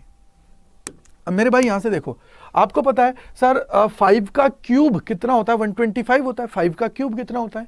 125। अगर 5 का क्यूब 125 है नहीं है? जल्दी बताओ। बिल्कुल सर ओके है। तो 125 हो गया 1/3। तो ये देखो क्या हो जाएगा? R/Fe। और आप लोगों को R दे रखा है, RAL दे रखा है कितना है? 3.6। इज इक्वल टू हो जाएगा बेटा, ये हो जाएगा ऊपर वाला हो जाएगा R0 into 5 divided by R0 into 3। बोला सर कैसे आया, तो बेटा आपको पता होना चाहिए, देखो 5 की पावर 3 1/3, तो इससे ये कैंसिल आउट कितना बचता है 5, इसलिए मैंने वो 5 लिख दिया है, ठीक है, इसलिए मैंने 5 लिख दिया है। क्लियर है? तो यहां से कितना हो जाएगा सर, R0 से R0 गया, RFE इज इक्वल टू हो जाएगा 3.6 इंटू 5 डिवाइडेड बाई 3, तो 3 से ये हो जाएगा कितना हो जाएगा, 3 1 3, 3 2 ये, तो ये हो जाएगा सर 1.2 इंटू 5, यानी कि सर 5 और 0.2, यानी कि 0.2 को 5 से मल्टीप्लाई करोगे तो 1, यानी कि सर 6, और क्या यूनिट हो जाएगी सर, फर्मी। 6 फर्मी हमारा आंसर आ जाएगा, ठीक है, 6 Fermi is the right answer. अब बात आती है कि सर और क्या होगा, देखो भाई 6 फर्मी आप लोगों ने देख लिया है, ठीक है भाई, 6 फर्मी हमारा आ गया है। अब हम लोग आगे चले, बोलो भाई, बोलो सर चलते हैं आगे, चलें, बोलो सर बिल्कुल चलना है। अब देखते हैं हम लोग कि सर ये तो हो गया 6 फर्मी। अब मेरे भाई यहां से देखो, सबसे पहले एक चीज और क्या देखना है सर, कि सर एक चीज और देखनी है कि सर अब हमारे यहाँ पे एक और में और क्वेश्चन पूछ लिया यार, और भी है जिसको मैं यहां लिख रहा हूं। और देखो क्या बोला है, लाइमन सीरीज दे रखी है एक, तो लाइमन सीरीज आपको याद होनी चाहिए सर। लाइमन सीरीज जो होती है स्टार्टिंग कहां से होती है sir, n is equal to 1 से। सेकंड हमें बोली गई है इसके अंदर shortest limit of the Balmer, तो बाल्मर सीरीज जो होती है वो कहां से स्टार्ट होती है, n इज इक्वल टू 2 पे, तो इससे आगे फिर आपको जाती है, ठीक है, क्लियर है, बोलो सर ओके। अब सबसे पहले देखो इसके अंदर, बोला सर क्या देखना है, मैंने बोला यार यहां पे बोला कि the shortest wavelength limit for the Lyman series of the hydrogen spectrum is 913.4 angstrom, इतनी है इसकी लैम्डा। बोला सर ओके, तो सबसे पहले मैं निकाल लेता हूं, एक बार चेक कर लेता हूं। 1 लैम्डा इज इक्वल टू क्या होता है सर, R, और क्या होता है 1/n1 का स्क्वायर माइनस होता है 1/n2 का स्क्वायर। बोला सर ओके। यहाँ पे देखो पहले मैं ले रहा हूँ लाइमन के लिए, तो लाइमन सीरीज होती है उसके लिए n1 होता है 1 और n2 जो होती है वो कितनी होती है इन्फिनिटी, क्योंकि लॉन्गेस्ट जितनी होगी, जितना दूर से आएगी उतनी उसकी वेवलेंथ क्या होगी, कम होगी, जितना पास होगा उतनी वेवलेंथ क्या होगी, ज़्यादा हमारी आएगी, ठीक है, ठीक है बेटा। अगर ये ठीक है तो यहाँ से देखो अब क्या हुआ कि सर यहाँ मैं रखता हूँ तो कितना हो जाएगा, ये हो जाएगा सर 1/r, तो ये हो जाएगा r, ये हो जाएगा 1, देखो 1/1 का स्क्वायर माइनस 1/∞ का स्क्वायर, कितना हो जाएगा सर, ये सीधा सीधा आ जाएगा r, तो कितना हो जाएगा 1/λ, कितना हो जाएगा 1/λ is equal to r, 1/λ is equal to r। बोला सर ओके है। अब यार अगर मैं r की बात करता हूं तो r इज इक्वल टू कितना हो जाएगा 1, r is equal to, r तो है, मैं लैम्डा इज इक्वल टू बात करता हूं, किसकी बात कर रहा हूं बेटा, लैम्डा इज इक्वल टू, अगर मैं लैम्डा की बात करता हूं तो लैम्डा इज इक्वल टू क्या होगा 1/r। बोलो सर ओके, बस ये दिमाग में बिठा लो। यहां से मैंने लैम्डा निकाल लिया क्योंकि बाल्मर सीरीज के अंदर मुझे इसको पुटअप करना है, उसके अंदर क्या करना है, पुटअप करना है।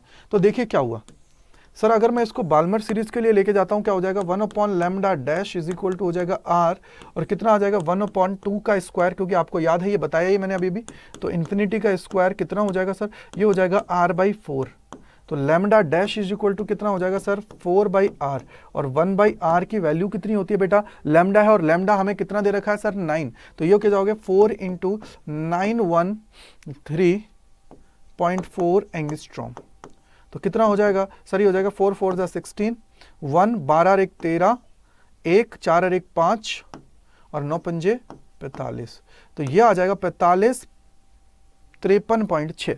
सही आ रहा है सबके, यही आ रहा है 45, बोलो 45 आ रहा है, कितना आ रहा है 9, अरे 9 चौक 36 है ना, सॉरी रुको 36 है ना यार, ये सॉरी एक सेकंड, देखो 4 × 12 1 13 3 और 4 3 है ना, 12 क्या और 1 13 3, एक आगे गया, 4 1 5 और 9 चौक 36 होता है ना यार, 36 53.6 angstrom, sorry 36 53.6 angstrom is the right answer. ये हमारा बिल्कुल करेक्ट है, कितना आ गया बेटा 36 53.6 एंगस्ट्रॉम।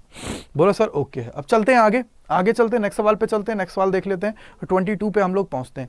तो 22 क्या कहता है, देखिए 22 न्यूमेरिकल है एक। देखो एक तो तरीका होता है इसको डायरेक्ट समझने का। मैं एक चीज बताऊं आपको, डायरेक्ट कैसे, देखो जब भी आप लोग 125 से जा रहे हो ऊपर 133 पे, तो इनका जो ये रेशियो होता है ना, जब इसकी वैल्यू इससे ज्यादा होती है, यानी कि इसके ज्यादा वाले लिक्विड में भी ये ड्रॉप होता है, तो ये हमारा सीधा सीधा बन जाता है बाई कॉनकेव। और अगर बाई कॉनकेव बन जाता है तो उस केस में ये क्या हो जाता है, डाइवर्जिंग।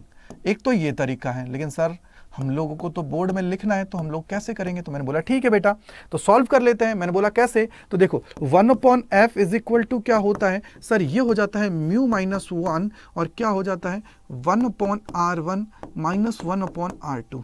बोलो सर ओके है, ओके है। अब एक चीज मुझे बताओ, देखो क्या हुआ, म्यू की बात है और म्यू की बात है, तो ये देखो क्या बोला है, biconvex lens made of transmitting material of the refractive index इतना है, emerge in water of the refractive index 1.33। यार वाटर के अंदर आपने इसको इमर्ज्ड आउट किया है। क्या किया है? वाटर के अंदर क्या किया है बेटा? इमर्ज्ड आउट किया है।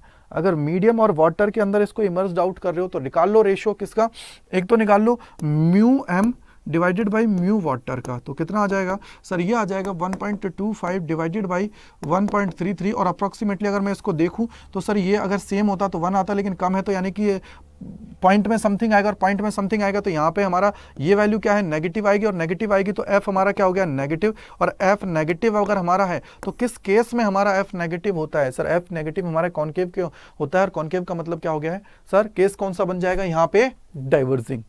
क्या हो जाएगा बेटा? डाइवर्जिंग केस हमारा हो गया है। क्या हो गया है? डाइवर्जिंग लेंस का केस हमारा हो गया है। ठीक है, डाइवर्जिंग हमारा हो जाएगा। मैंने पहले लिख दिया था, ये डाइवर्जिंग बता ही दिया था आपको। चलिए नेक्स्ट 23। यार ये सवाल है आपके सामने, बहुत अच्छा, बहुत प्यारा है। सवाल को पढ़ो। बोला गया है the figure shows a piece of the pure semiconductor S in the series with a variable resistance are.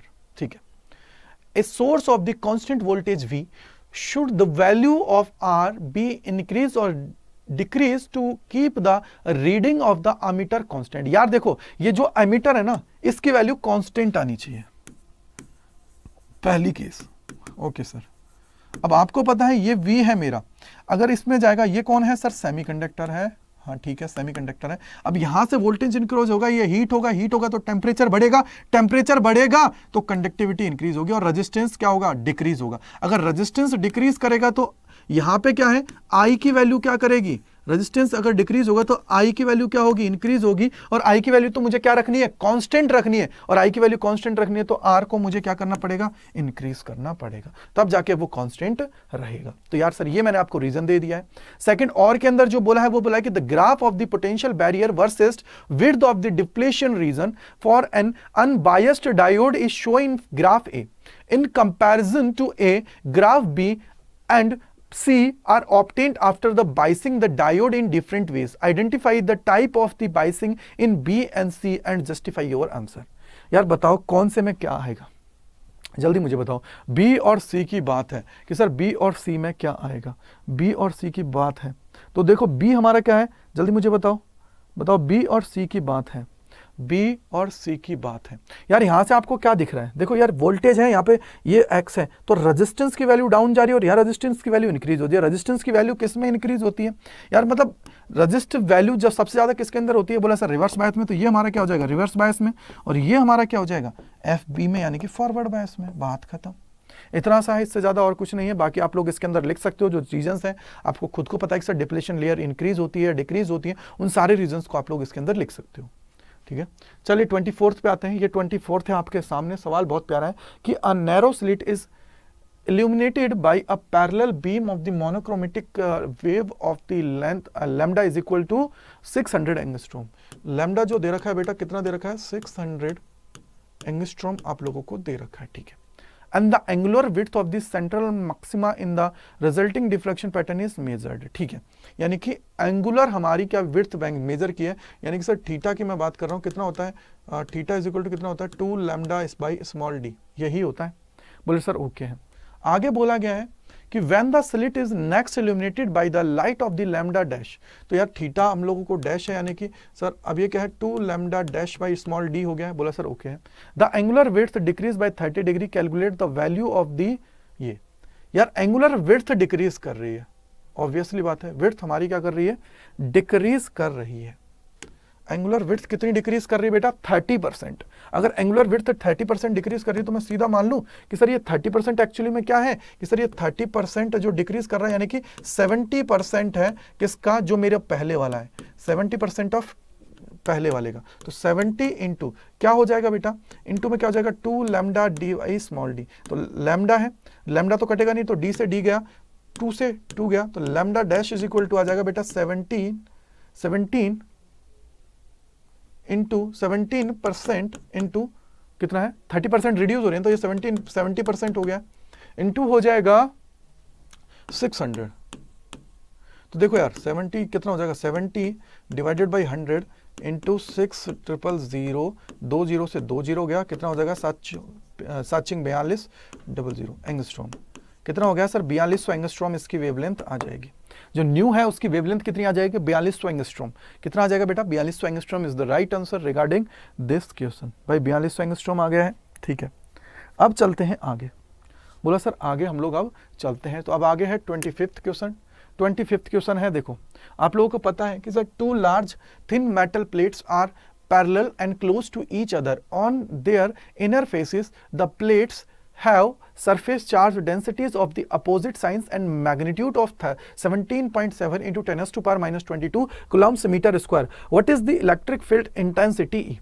यार देखो इलेक्ट्रिक फील्ड इंटेंसिटी यानी कि सर चैप्टर नंबर 1, और किसकी बात की है इसने अंदर, अगर आप लोगों ने देखा हो तो सरफेस चार्ज डेंसिटी की बात की है, यानी कि सर सिग्मा के रिस्पेक्ट में। अब आपने ई याद हो तो सिग्मा इज इक्वल टू क्या होता है, एप्सिलॉन नॉट। एक तो ये हमारा होता है फॉर्मूला, ठीक है। अब हमसे बोला क्या गया है, इसने लिया क्या है, इसने लिया है पैरेलल, क्या है, metal plates are parallel and close to each other, ठीक है। On their inner faces, the plates have the surface densities of the opposite sign of the magnitude. इतनी इन्होंने क्या है, अपोजिट साइन के साथ है। अब देखो क्या है डायग्राम, डायग्राम के साथ समझते हैं यार। देखो ऐसे तो आपको भी समझ में नहीं आएगी। मान लीजिए ये हमारा क्या है, प्लस वाली है प्लेट। अगर ये प्लस वाली है तो देखो ये प्लस वाली प्लेट है, और ये हमारी क्या है, माइनस है। इसका प्लस सिग्मा है, इसका माइनस सिग्मा है। अब आपको पता है कि सर इलेक्ट्रिक फील्ड की बात है किसका, देखो in outer region of the first plate and electric field intensity की बात है। अगर यहाँ इलेक्ट्रिक फील्ड इंटेंसिटी की देखूंगा तो पॉजिटिव से तो दूर की तरफ जाएगी, नेगेटिव से इसकी तरफ ये बुलाएगा, तो इस केस में क्या होगी, इस जगह कितनी हो जाएगी, 0। इस केस में कितनी हो जाएगी, 0। ऑब्वियसली बात है सर 0, क्योंकि दोनों प्लेट्स पे जो चार्ज डेंसिटीज है वो क्या है, इक्वल है, ठीक है। अब इनर पार्ट की बात करते हो तो पॉजिटिव से तो क्या होगी सर, पॉजिटिव तो क्या करेगा, उसको दूर भगाएगा और ये अपने तरफ बुलाएगा। तो इसका मतलब क्या हुआ सर, दो केसेस में क्या हो जाएगा, सिग्मा अपॉन 2 एप्सिलॉन नॉट, और प्लस में क्या हो जाएगा, सिग्मा अपॉन 2 एप्सिलॉन नॉट, दोनों की वजह से अलग अलग। तो E इज इक्वल टू क्या हो जाएगा sir, sigma upon epsilon not. ये हमारे पास आ जाएगी रिलेशन। अगर ये मेरे पास रिलेशन आ जाएगी तो भाई फिर तो सॉल्व कर दो। ई निकालना है सेकंड केस के अंदर। सेकंड केस के अंदर क्या है, सिग्मा कितना दे रखा है, 17.7 into 10 to power minus 22 divided by कितना हो जाएगा बेटा, एप्सिलॉन नॉट यानी कि 8.85 इंटू 10 टू पावर माइनस 12। कितना हो जाएगा सर, 8 यार 8 दूनी 16 और 85 दूना 170, तो 8 दूनी 16 और 170 यानी 17, और ये बिल्कुल करेक्ट है। यानी कि सर 2 टाइम्स चला गया अप्रॉक्सीमेटली, 2 टाइम्स लगा 10 टू पावर माइनस 12 और 10 पर, यानी कि sir 2 into 10 to power minus 10। और क्या है, यूनिट क्या होती है, देखो Q इज वो F इज इक्वल टू क्या होता है सर, हमारा जो फोर्स होता है तो F कितना लगाता है, QE इज, अब यहाँ से E इज इक्वल टू क्या हो जाएगा, F अपॉन Q, यानी कि सर न्यूटन अपॉन कूलम। ये इसकी क्या हो जाएगी, यूनिट। बहुत सिंपल सवाल है, ज्यादा जोर नहीं डालना है आप लोगों को, इतना सिंपल है कि इजीली आप लोग क्या कर पाओगे बेटा, कर पाओगे। तो इसका राइट आंसर कितना आ गया, 2 into 10 to power minus 10 newton by coulomb, ठीक है। बोला सर ओके है। अब चलते हैं आगे, अब चलें आगे। हमने 25 क्वेश्चंस कर लिए हैं, 10 क्वेश्चंस बचे हैं बस। अब ज्यादा नहीं बचा है, ओनली 10 क्वेश्चंस बचा है बस, सिर्फ और सिर्फ 10 क्वेश्चंस हमारे पास बचा है, बाकी तो हम लोगों ने कर दी हैं पूरे के पूरे, ठीक है बेटा। तो चलें आगे, चलें बताओ, बोलो जल्दी से, चलें भाई।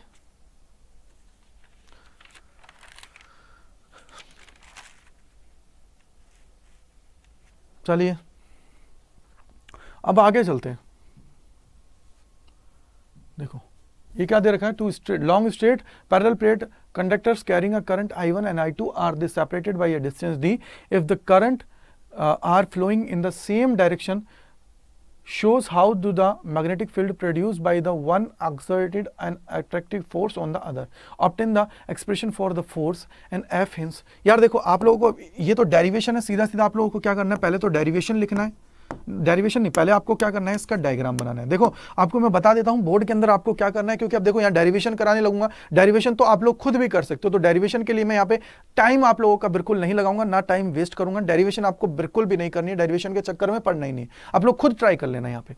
तो देखो आप लोगों को पहले क्या करना है, डायग्राम बनाना है, ठीक है, डायग्राम आप लोगों को बनाना है। जो आप लोगों का डायग्राम है इसने क्या बोला है, जैसा आप लोग बना दीजिए, दो स्ट्रेट हैं और दोनों में सेम डायरेक्शन में करंट फ्लो हो रहा है, इधर में I1 मान लीजिए, इधर में I2 मान लीजिए, ठीक है, बस सिंपल ये डायग्राम है। उसके अंदर आपको क्या करना है, डेरिवेशन करना है, ठीक है, डेरिवेशन करना है और डेरिवेशन आप लोगों को निकाल लेना है, किसके लिए, F बाई एल निकाल लीजिए सीधा सीधा, जो आपको पता ही है म्यू नॉट बाई 2 पाई होती है, I1 I2 डिवाइडेड बाई क्या होती है, R होती है। इसको सॉल्व कर लेना, सॉल्व कर लोगे सब लोग, बोलो कर लोगे या नहीं कर लोगे, जल्दी से मुझे बताइए, इसको सॉल्व कर लोगे सारे लोग, हाँ भाई इसको सॉल्व कर ही लोगे आप लोग सीधा सीधा, बस I1 I2 अपॉन R। तो ये सॉल्व कर लेना, सीधा सीधा डेरिवेशन का पार्ट है। अब आपको बोला है कि 1 एम्पियर के लिए कितना होता है, 1 एम्पियर के लिए सीधा सीधा कितना हो जाएगा, सर हमें निकालना है 1 एम्पियर के लिए, तो 1 इंटू 1, तो ये 1 एम्पियर हो जाएगा, 1 एम्पियर है तो फोर्स कितना होना चाहिए 1, और लेंथ कितनी होनी चाहिए 1, बाकी आप लोग इसको निकाल लीजिए कितना हो जाएगा, सर म्यू नॉट अपॉन 2 पाई है, और म्यू नॉट आपको पता है म्यू नॉट कितना होता है बेटा, 4 पाई इंटू 10⁻⁷ डिवाइडेड बाई 2 पाई करोगे तो 2 से 2 कैंसिल आउट कर दोगे तो ये कितना हो जाएगा 2 इंटू 10⁻⁷। ये हमारी वैल्यू आ जाएगी जब वो 1 एम्पियर पे जाएगा, ठीक है, 1 एम्पियर पे जाएगा तो इतनी वैल्यू हम लोग निकाल लेंगे, सीधा सिंपल है। चलिए नेक्स्ट सवाल पे चलते हैं। नेक्स्ट सवाल है 27। ये सवाल अच्छा है, इस न्यूमेरिकल पे मैं आपको टाइम दूंगा बिल्कुल, क्योंकि देखो मेरा मेन फोकस पता है क्या है, जिन सवालों को आप लोग नहीं बना पाओगे उन सवालों को मैं बिल्कुल बोर्ड पे कराऊंगा, और जो थ्योरेटिकल है यार, जिनको आप लोग खुद बना सकते हो, उन पे मैं आप लोगों का बिल्कुल भी टाइम वेस्ट नहीं करूंगा। और अगर आपको अच्छा लग रहा है तो वीडियो को लाइक जरूर करना और शेयर जरूर करना अपने जितने भी दोस्त हैं, फ्रेंड्स हैं, जिससे उनको भी पता लग जाए कि यार सीबीएसई का जो पेपर है, बहुत सारे लोग बोलते हैं कि टफ है, बट मॉडरेट पेपर है यार, इससे ज्यादा मतलब आप इससे ज्यादा क्या आसान लेना चाहते हो आप लोग, पेपर नहीं हो सकता ना आसान, क्योंकि सारी चीजें हैं जो सिंपली आप लोगों को गिवन है, डेटा सारा गिवन है, सिर्फ आपके जो क्रिटिकल थिंकिंग है उसको वो चेक कर रहा है, उसके अलावा वो और कुछ नहीं चाहता है आप लोगों से, सिर्फ क्रिटिकल थिंकिंग को वो चेक कर रहा है। अगर वो आपका परफेक्ट चल रहा है तो इजीली आप लोग सारी चीजों को कर जाओगे, ठीक है। देखिए क्या हुआ कि the magnetic field through a circular loop of the wire 12 centimetre in radius, radius दे रखी है आपको, देखो रेडियस कितनी दे रखी है 12 सेंटीमीटर, अगर 12 सेंटीमीटर तो इसको लिख लो 12 इंटू 10⁻⁻² मीटर, ठीक है मेरे भाई, क्लियर है, ओके। आगे बोला गया है कि रेजिस्टेंस भी आप लोगों को गिवन है, कितना दे रखा है 8.5 ओम दे रखा है, ठीक है। As shown in figure, the magnetic field is perpendicular to the plane of the loop. Calculate the current induced in the loop and plot a graph showing induced current as a function of time. Function of time. अब current क्या होता है, देखो आप लोगों ने ये तो पता है कि sir E is equal to क्या होता है माइनस d∅/dt होता है, ठीक है, ये हमारे पास होता है, इसको लिख सकते हो माइनस b माइनस ए बाहर आ जाएगा, कांस्टेंट है ना एरिया तो, और dB/dt ये तो आपके पास है। लेकिन सबसे बड़ी बात है कि सर मुझे करंट चाहिए और कुछ नहीं चाहिए, तो करंट इज इक्वल टू क्या हो जाता है सर ये E/R, बोलो सर ओके। तो सबसे पहला देखो आप यहाँ पे देखो हमारा है dB/dt, किस किस का है, देखो ये आपको पता है, ये क्या है सर dB है, ये t है, तो आप लोग इसकी स्लोप निकाल सकते हो, स्लोप निकाल सकते हो, ऑब्वियसली बात है, बोला सर निकल जाएगी स्लोप, क्या होगी dB/dt आप लोग अगर निकालते हो तो क्या आ जाएगा सर, ये हो जाएगा 1/2 सीधा सीधा, यानी कि सर 0.5, कितना आ जाएगा 0.5 आप लोग इसके निकाल लोगे, ठीक है भाई 0.5 है, ठीक है, क्लियर है, 0.5 आप निकाल लोगे। अगर ये 0.5 है तो आप लोग देखो E इज इक्वल टू कितना हो जाएगा, E इज इक्वल टू कितना हो रहा है जल्दी से मुझे बताओ। अगर E की बात कर रहे हो तो E इज इक्वल टू जो हो रहा है ना बेटा वो कितना हो जाएगा माइनस ए है। अब आपने देखा हो तो उसने क्या बोला है सर्कुलर लूप बोला है, अगर सर्कुलर लूप है तो एरिया क्या होता है सर्कुलर लूप का सर, वो होता है πr², बोलो सर ओके। तो देखिए यहाँ पे क्या होता है माइनस पाई की वैल्यू कितनी होती है 3.14 इंटू कितना हो जाएगा बेटा r² का मतलब आप लोग इसको चाहो तो ऐसे भी लिख सकते हो सर 0.12 का स्क्वायर, 0.12 का स्क्वायर भी आप लोग कर सकते हो, ठीक है। क्योंकि 0.12 हो जाएगा ना भाई, 10⁻12 है तो 0.12 हो जाएगा। 0.12 भी कर सकते हो, तो 0.12 का स्क्वायर इंटू क्या हो जाएगा, इंटू आपका क्या है dB बाई dt, क्या है dB बाई dt, और dB बाई dt की वैल्यू क्या है 0.5। तो E इज इक्वल टू कितना आ जाएगा, जल्दी बताओ कितना आ रहा है भाई, E इज इक्वल टू कितना आ रहा है मेरे भाई, ये आप लोग निकाल सकते हो। पहला केस है, इसके अंदर -2.25 इंटू 10⁻⁻2 आएगा, इसको आप लोग लिख सकते हो, या फिर इसको लिख सकते हो 2.25, कितना है 2.25 है, माइनस का कितना है बेटा 2.25 है इंटू 10⁻⁻2 और क्या है वोल्ट। इसको लिख दीजिए, यहाँ पे ले आइए। अगर इसको यहाँ ले आओगे तो कितना हो जाएगा, पहला केस में हो जाएगा -2.25 इंटू 10⁻⁻2 डिवाइडेड बाई कितना है, रेजिस्टेंस कितना है 8.5। बस सॉल्व करो, 8.5 है, इसको सॉल्व करते हैं तो कितना आ जाएगा, कितना आ रहा है 22 है, 8.5 है, और इसको बढ़ा दो, यहाँ पे बढ़ाओगे तो 10⁻⁻3, तो इसको मैं थोड़ा बढ़ा देता हूँ, तो सीधा देखो 2.25 डिवाइडेड बाई 8.5 इंटू 10⁻⁻3 हो गया है, 10⁻⁻3 हो गया है, सबको विजिबल है ना इजीली यार, मेरे हिसाब से विजिबल है। देखो 22.5 इंटू 10⁻⁻3 डिवाइडेड बाई 8.5 है, अगर ये है तो इसका आंसर कितना आ रहा है भाई, सॉल्व करने पर यह आ जाएगा -2.6, कितना आ जाएगा, माइनस आ जाएगा 2.6, कितना आ जाएगा, माइनस आ जाएगा 2.6 इंटू 10⁻⁻3, या इसी को बोल सकते हो -2.6 मिली एम्पियर, ये आप लोग बोल सकते हो। अब आप मेरे को बताओ, यहाँ पे कांस्टेंट है, अगर ये कांस्टेंट है तो B मेरा कांस्टेंट है और B कांस्टेंट है तो B 0 हो जाएगा, और ये हमारा सेकंड केस में हमारा अगर करंट की मैं ये अगर बात कर रहा हूँ, करंट का केस कितना हो जाएगा 0। थर्ड केस में आओगे तो थर्ड केस में वैल्यूज तो वही सेम है, लेकिन साइन अलग है, साइन अलग है, तो ये किस में आ जाएगा, पॉजिटिव में आ जाएगा। सीधा सीधा मैं लिख रहा हूँ पॉजिटिव में आ जाएगा, क्यों, क्योंकि देखो स्लोप यहाँ पे निकालोगे आप लोग, देखो स्लोप निकालोगे, क्या है dB बाई dt है, तो देखो मेरे भाई स्लोप अगर निकालना है तो कहाँ गया है सर 1 से 0, तो आप लोग लिखते कैसे हो सर 0 माइनस क्या है, यहाँ पे पहला वाला लिखोगे, क्या लिखोगे बेटा, पहले वाला लिखोगे, पहला, क्योंकि I2 जो सेकंड है, देखो अब आप खुद देखना क्या हो गया 0, ये आ गया, डिवाइडेड बाई कितना हो जाएगा बेटा, देखो यहाँ से 4 to 6 है, 6 - 4, सीधा सीधा 1 बाई माइनस का 1/2, माइनस का 1/2 है, और माइनस का 1/2 आएगा तो -5 और 0.5 आएगा, उसको मल्टीप्लाई करोगे तो 2.6 मिली एम्पियर आएगा। ठीक है, तो आप लोगों को क्या पूछा है इसने पूछा है current induced in the loop and plot a graph showing induced current versus function of time. तो सीधा सीधा कैसा ग्राफ आ जाएगा सर, ये ग्राफ आएगा, यहाँ से मान लीजिए माइनस में है, माइनस में कितना है 2.6 एम्पियर है, यहाँ पे क्या है प्लस में मान लीजिए 2.6 एम्पियर है, तो देखो भाई यहाँ से क्या है, इस केस में जाके क्या हो रहा है 0, और यहाँ से क्या हो रहा है ऊपर, ये लो, ये इस तरीके का ग्राफ आपका बनेगा, ये t है फंक्शन ऑफ t, और ये क्या है करंट, बस करंट है t और I का केस ये आपके बन जाएगा। ठीक है बेटा, ये हमारा करंट है, नीचे से आएगा और ऊपर जाके ऊपर करंट है, और ये किसके अंदर दे रखा मिली एम्पियर मैंने लिख दिया है, तो आप लोग करंट है डायरेक्ट आप लोग लिख सकते हो, मिली एम्पियर के अंदर भी लिख सकते हो, इस तरीके का ग्राफ आप लोगों का बनने वाला है। ठीक है, क्लियर है, चलिए नेक्स्ट सवाल पे चलते हैं। नेक्स्ट सवाल है 28। अब आप लोगों को ये तो देखो सिंपल सवाल, सबसे सिंपल है जो आप लोगों के अल्टरनेटिंग करंट पे बेस्ड है। क्या है बेटा, अल्टरनेटिंग करंट के ऊपर बेस्ड है। कैसे है देखो, सवाल देखते हैं। मैं आप लोगों को देखो ज्यादा टाइम आप लोगों का बिल्कुल बर्बाद नहीं कर रहा हूं, मैं पॉइंट टू पॉइंट बात कर रहा हूं, जिससे क्या होगा कि आप लोग जितने सवाल हैं उनको कर जाओगे, बेहतरीन ढंग से एक एक चीज को समझ जाओगे। पहला केस है, in an AC source generating a voltage E is equal to E naught sine omega t is connected to a capacitor. यानी कि सर देखो ये केस क्या है, एक सोर्स मैंने ले लिया है, कौन सा है, एसी सोर्स है, ठीक है, और इसको कनेक्ट कर दिया मैंने कैपेसिटर से, ये C है, और ये क्या है, E is equal to E naught sine omega t. ठीक है बेटा, ओके। आगे बोला है is connected to a, find the expression for the current I flowing through it, plot a graph E versus I omega t shows that the current is ahead of the voltage by। अब आपको पता है जब इनको solve करते हैं हम लोग, अभी तक तो बहुत सारे बच्चों ने पढ़ लिया होगा, तो आप लोगों ने देखा होगा कि सर जब भी हम लोग बात करते हैं किसकी, जब भी मैं बात करता हूं यहां पे, जब मेरा सर्किट होता है जिसके अंदर C जो सोर्स से कनेक्टेड होता है, तो उस केस में हमारा जो फेजर डायग्राम आता है ना, फेजर क्या कहता है, फेजर डायग्राम इस तरीके का बनता है, आप लोगों को याद हो तो, यहां 90 डिग्री होता है, और इसने तो हमें क्लियर कट बता दिया है कौन लीड कर रहा है कौन लैग कर रहा है। इसने बोला है कि ahead of the voltage by, अब ये देखो क्या है, that the current is ahead of the ahead यानी कि उससे आगे है, तो करंट हमारा यहां पे है और VC कहां है, यहां पे है। तो अब आप खुद देखो कि सर ये क्या कर रहा है, लीड कर रहा है 90 डिग्री से। क्या कर रहा है, 90 डिग्री से क्या कर रहा है, लीड। पाई/2 है, क्या है, बाई पाई/2, ठीक है, 90 डिग्री से लीड कर रहा है। ये हमारा इसका केस हुआ। अब आपको पता होना चाहिए कि सर सेकंड, आप सीधा इसकी डेरिवेशन आप लोग कर सकते हो। E इज इक्वल टू क्या है, E0 साइन ओमेगा टी, ठीक है।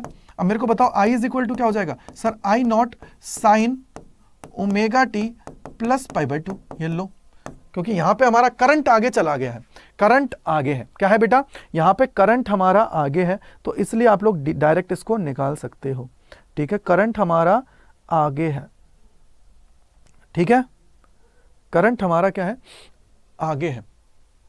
ओके, क्लियर है। अब मेरी बात सुनो ढंग से। बोला कि सर क्या, अब दो चीजें देखो, इसका किसकी बोला है इसने, कैपेसिटर का केस है, ठीक है। अब इसी तरीके से देखो यहां पे बोला है कि an AC voltage supply is across pure inductive circuit, expression for the I and flowing through the circuit and shows the mathematical that the flowing current flowing through the it lags behind the voltage by a phase difference और पाई/2 and draw graph of V and I versus omega t. अब देखो सीधा simple है यार, देखो इसका case है, इस केस में क्या हो जाएगा सर, इंडक्टर का केस है, इंडक्टर का केस है, ये कनेक्टेड है हमारे सोर्स से, ठीक है यार, सोर्स से हमारा कनेक्टेड है, सोर्स से हमारा कनेक्टेड है। अब मेरे को एक चीज बताओ, बोला कि sir E is equal to क्या है sir, E is equal to E0 sine omega t है, ये तो आप लोग पढ़ते ही आ रहे हो। लेकिन इसने क्लियर कट एक चीज और बोल दिया है कि बोला है current flowing through it lags behind the voltage, current से पीछे है वोल्टेज, सॉरी क्या बोला है, current lags behind the applied voltage, यानी कि वोल्टेज आगे है। क्या है बेटा, वोल्टेज हमारा आगे है। तो ये हमारा क्या होता है, इसका डायग्राम देखो, VL आगे है और यहां पे क्या है, करंट है। तो ये हमारा कितना हो गया सर, पाई/2 है। अब अगर ये पाई/2 है तो बेटा क्या हुआ, अगर ये पाई/2 है तो इसका मतलब क्या हुआ सर, VL आगे चल रहा है, ये पीछे चल रहा है। अगर पीछे चल रहा है तो क्या आ जाएगा, I इज इक्वल टू क्या आ जाता है, I0 sine omega t minus पाई/2, बात खत्म। ये इसके रिलेशन है। आप लोगों को मैंने दोनों का फेजर बता दिए हैं, तो इसका बाद में आप लोग इसका ड्रॉ कर सकते हो, ग्राफ चाहो तो इसका ग्राफ आराम से निकाल सकते हो, कोई दिक्कत की बात नहीं है, ठीक है बेटा, कोई दिक्कत की बात नहीं, ग्राफ इजीली आप लोग निकाल सकते हो, उससे कोई प्रॉब्लम की बात नहीं है। तो ये दोनों चीजें हैं जिनका एक्सप्रेशंस मैंने आप लोगों को बता दिया है कि कैसे क्या है V हमारा। और याद रखिएगा जब R की बात होती है तो इस केस में क्या होता है, V और I दोनों सेम फेज में होते हैं, सेम फेज में हमारे होते हैं, ठीक है। तो ये पहला केस था कैपेसिटर का। ये केस कौन सा है, इंडक्टर का। इंडक्टर के केस में वोल्टेज आगे होता है, करंट पीछे होता है, और उस केस में क्या होता है, VC पीछे होता है, I हमारा आगे होता है। तो ये आप लोगों ने अच्छे से दिमाग में बैठा लीजिए, ठीक है। चलिए नेक्स्ट सवाल पे चलते हैं। मैंने देखो आपको बता दिया, अब इसका डेरिवेशन आप लोग खुद कर सकते हो। डेरिवेशन की टाइम, अब बहुत ज्यादा टाइम लग जाएगा डेरिवेशन करने में, क्योंकि डेरिवेशन है सीधे डायरेक्टली आप लोग निकाल सकते हो, ठीक है।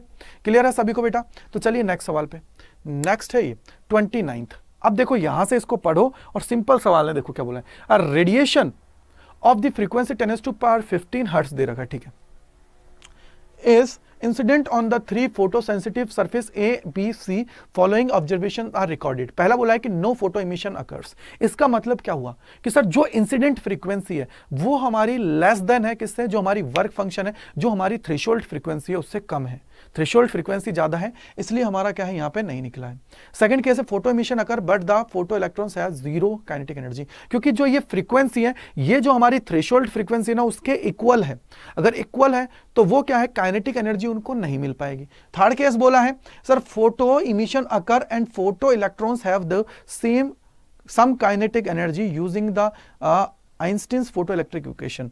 अगर है तो फोटो इलेक्ट्रॉन इमिशन अकर्स, इसका मतलब क्या है, एफ हमारा क्या है, ग्रेटर देन एफ नॉट है, उसके बाद में क्या होगा, इसमें निकल के चला जाएगा। इस केस में क्या होगा, एफ एफ नॉट के इक्वल है, और इस केस में क्या है, एफ नॉट ग्रेटर देन है एफ से, ठीक है। अब ये तीनों केसेस मैंने बता दिया है। Photo emission occurs and electrons have some kinetic energy, मैंने आपको बता दिया। एक्सप्लेन 3 ऑब्जर्वेशन, तीनों मैंने ऑब्जर्वेशंस को बता दिया है आप लोगों को कि क्या चीज है, क्योंकि इसके अंदर जो मैन फैक्टर आता है ना बेटा, वो आता है थ्रेशोल्ड का। क्या होता है बेटा, थ्रेशोल्ड का हमारा ये फैक्टर आता है, ठीक है बेटा। तो इसका मतलब क्या हुआ कि सर बात सीधा सिंपल। अब यहां पे देखो, shows the graph shows the variation of the photo current for a photo sensitive material, ठीक है। Metal, sorry. अब मेरे को बोला है कि अब मुझे बोला है कि व्हाट डज एक्स एंड ए हमारा क्या होता है बेटा, आप लोगों को पता हो, या तो इसको रिटार्डिंग पोटेंशियल हम लोग बोल देते हैं, या इसको हम लोग स्टॉपिंग पोटेंशियल बोल देते हैं। आप लोगों को ग्राफ में अगर याद हो तो ये देखो, देखो ये इस तरीके का हमारा ग्राफ होता है, जहां पे ये जो होता है ना, ये कौन होता है, ए को हम लोग बोलते हैं बेटा स्टॉपिंग पोटेंशियल। क्या बोल देते हैं, स्टॉपिंग पोटेंशियल हम लोग इसको बोल देते हैं, स्टॉपिंग पोटेंशियल, ठीक है। या फिर इसी को आप लोग बोल सकते हो रिटार्डिंग पोटेंशियल भी बोल देते हो, ठीक है। और इसके अलावा ये जो होता है इस तरफ एक्स जो होता है, ये आपका होता है कलेक्टर प्लेट पोटेंशियल। क्या होता है, कलेक्टर प्लेट पोटेंशियल आप लोगों का होता है। यहां पे क्या होता है, ये कलेक्टर प्लेट, ठीक है। अब बात आती है, ये हमारा क्या हो गया, फोटो करंट, ठीक है। अब देखो यहां पे क्या हुआ, हमसे पूछा है draw the graphs for the 3 different values of the frequency of incident radiations F1, F2, F3, और ये हमारा केस है, और एक है हमारे इंटेंसिटीज के केस में। तो देखो अगर ये हमारा अलग अलग का केस है, अगर अलग अलग, तो देखो जब फ्रीक्वेंसी अलग अलग होती है ना बेटा, फ्रीक्वेंसी अलग अलग होती है तो स्टॉपिंग पोटेंशियल भी डिफरेंट डिफरेंट होंगे। तो यहां से क्या होगा सर, इस तरीके से, यहां से इस तरीके से, यहां से इस तरीके से। तो ये हमारा ग्राफ बनेगा पहले केस। सेकंड केस में क्या हुआ बेटा, सेकंड केस में ये हमारा ग्राफ बन जाएगा, ठीक है। इसमें आप लोगों का स्टॉपिंग पोटेंशियल जो अलग अलग है उनको हमने बता दिया, ठीक है बेटा। और जब थर्ड केस है, इसके अलावा जो हमारा सेकंड केस है, क्या बोल रहा है कि draw the graph for the 3 different values of the intensities. अगर इंटेंसिटीज इसका ग्राफ है तो बेटा इंटेंसिटीज का ग्राफ क्या है, स्टॉपिंग पोटेंशियल सेम रहेगा, क्योंकि फ्रीक्वेंसी सेम है, स्टॉपिंग पोटेंशियल सेम रहेगा। अगर सेम है तो देखिए एक ये आ गई, 2 और 3, ये हमारा इंटेंसिटीज का ग्राफ बन जाएगा। तो I1, I2 और I3, ठीक है। इंटेंसिटीज का है तो इंटेंसिटीज कौन सी है, ये सारी चीज हम लोगों को इसके अंदर बनानी है। तो इंटेंसिटीज का ये ग्राफ हमारा होता है। तो याद रखिए स्टॉपिंग पोटेंशियल का ग्राफ हमने बना दिया है, मतलब इंटेंसिटीज का हमने बता दिया है, इंटेंसिटीज का हमने बना लिया है, ठीक है। तो यहाँ पे I3 आपको पता है कि सबसे ज्यादा होगा, I3 ज्यादा, I2 कम और I1 सबसे कम, ठीक है। नेक्स्ट सवाल है ये। अब इस सवाल को देखिए, 30th नंबर है कि the ground state energy of the hydrogen atom is -13.6 electron volt, ठीक है। और क्या बोला है इसने बोला है कि the photons emitted during the transition of the electrons from the n equals to 3 to n is equal to 1 state, if incident on a photosensitive material of the unknown work function, the photo electrons are emitted from the material with the maximum kinetic energy of the 9 electron volt. Calculate the threshold wavelength of the material used. कि sir जो material इसके अंदर use किया है उसकी threshold frequency हम लोगों को क्या करनी है, कैलकुलेट करनी है। तो चलते हैं, निकालते हैं कि क्या होता है इसके अंदर। चलिए सॉल्व करते हैं और देखते हैं। तो सबसे पहले देखो यार, सबसे पहले मैं क्या निकालता हूं, मैं निकालता हूं एनर्जी। बोला सर कैसे, यार देखो HF की बात करता हूं, इज इक्वल टू क्या होता है आपको याद हो तो, हाँ 13.6 डिवाइडेड बाई 1/n1। n1 का मतलब क्या है, पहले वाला, तो ये क्या हो जाएगा 1 का स्क्वायर माइनस n2 यानी कि सर 3 दे रखा है तो 3 का स्क्वायर, ठीक है बेटा। यहां से देखो क्या है 9, अगर इसको देखते हो तो 13.6 कितना हो जाता है बेटा, 1/1 माइनस 1/9 कितना आ जाएगा 98। तो 13.6 इंटू 8 डिवाइडेड बाई 9 और इलेक्ट्रॉन वोल्ट, ये हमारे पास आ गया कि सर 13.8 है और डिवाइडेड बाई ये, तो इसको एक बार मल्टीप्लाई कर लेता हूं मैं, कितना हो गया बेटा 13.6 इंटू 8 डिवाइडेड बाई 9, तो ये आ जाएगा 12.08। क्या है 12.08 है, तो सीधा सीधा देखो कितना है 12.08 इलेक्ट्रॉन वोल्ट है। इसको लिख सकते हो अप्रॉक्सीमेटली 12.1 इलेक्ट्रॉन वोल्ट। क्यों, क्योंकि सब 5 से बड़ा होता है तो आगे वाले पे हम लोग 1 ले सकते हैं, ठीक है। याद होगा आप लोगों को ये। अगर ये हमारे पास निकल गया है तो अब हमें क्या निकालना है सर, मेनली जो मेरा काम है ना वो क्या है कि सर एक्चुअली में ये तो HF हो गया है, लेकिन हमें चाहिए क्या यार, हमें जो चाहिए ना बेटा वो क्या चाहिए। बोला सर यहाँ पे एक चीज बोली गई है, अगर हम लोग इसको ढंग से पढ़ें, इसने बोला है कि ground state energy of the hydrogen atom इतना है और इतना हमारा काम हो गया है और incident on a material work function. अब इसने बोला है कि the photo electrons are emitted from the material with the maximum kinetic energy of 9 electron volt. 9 electron volt की उनकी मैक्सिमम काइनेटिक एनर्जी है यार। 9 इलेक्ट्रॉन वोल्ट क्या है? मैक्सिमम काइनेटिक एनर्जी है यार। अगर ये मैक्सिमम काइनेटिक एनर्जी है तो मुझे चाहिए क्या? मुझे चाहिए यार, देखो ये मैंने क्या निकाल लिया? HF, इंसिडेंट निकाल लिया। अगर इंसिडेंट निकाल लिया तो आप लोगों को याद हो तो क्या होता है sir? HF is equal to होता है मैक्सिमम काइनेटिक एनर्जी प्लस में होता है वर्क फंक्शन। ठीक है, इसको इधर ले जाओ तो क्या हो जाएगा? काइनेटिक एनर्जी मुझे चाहिए मैक्सिमम E माइनस क्या हो जाता है? Work function.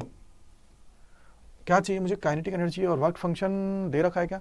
नहीं दे रखा मुझे। वर्क फंक्शन एनर्जी है तो मेरे को वर्क फंक्शन निकालना है ना यार, वर्क फंक्शन निकालना है, वर्क फंक्शन निकालना है। तो वर्क फंक्शन इधर ले लो, तो E माइनस काइनेटिक एनर्जी। बोलो सर E कहां से आया? तो बेटा ये E तो होता है, ये एक्चुअली में E तो होता है। तो E कितना है सर? 12.1 इलेक्ट्रॉन वोल्ट माइनस है काइनेटिक एनर्जी कितनी है? 9 इलेक्ट्रॉन वोल्ट, यानी कि सर सीधा सीधा हो जाएगा 9 3 12.1 इलेक्ट्रॉन वोल्ट। ठीक है, 3.1 इलेक्ट्रॉन वोल्ट आ गया है सबका, 3.1 इलेक्ट्रॉन वोल्ट आ गया है सबका। अगर ये 3.1 इलेक्ट्रॉन वोल्ट आ गया है बेटा, तो अब हमें क्या करना है सर? अब हमें निकालना है हमारा जो इसने मेजर बोला है, वो बोला है threshold frequency, threshold wavelength. Threshold wavelength का मतलब क्या हुआ? अगर ये वर्क फंक्शन है तो आप लोगों को पता होना चाहिए कि sir work function is equal to क्या होता है? HF नॉट होता है, यानी कि sir HC by lambda naught होता है। Lambda naught is equal to क्या होता है बेटा? HC by phi naught. Phi naught क्या होता है? Work function. क्या होता है? Work function. मतलब अगर आप लोगों को उससे बाहर निकलना है तो इतना वर्क आप लोगों को करना जरूरी है, अगर नहीं किया तो आप लोग बाहर नहीं निकल पाओगे। ये हमारा होता है वर्क फंक्शन। ठीक है, ये वर्क फंक्शन होता है। तो देखो यार, सबसे पहले क्या हो जाएगा? H की वैल्यू है 6.63 इंटू 10⁻⁻34 इंटू क्या है? C3 इंटू 10⁻8 डिवाइडेड बाई कितना आ गया है? वर्क फंक्शन कितना है?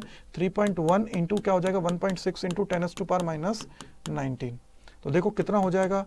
ये हो जाएगा यार, देखो इसको देखोगे तो 3 3 9, 18.18 डिवाइडेड बाई 3.1 इंटू 1.6, और ये कितना हो जाएगा? देखो 10⁻8 है, ये 8 है, 26 रह जाएगा, 10⁻⁻26 यानी कि -7। कर दो सॉल्व इसको, कितना हो जाएगा? 19.89 है। इसको सॉल्व कर लेता हूँ एक बार, मैं भी एक बार सॉल्व कर देता हूँ। कितना आएगा यार? एक सेकंड, मैं भी कैलकुलेट कर लेता हूँ बेटा।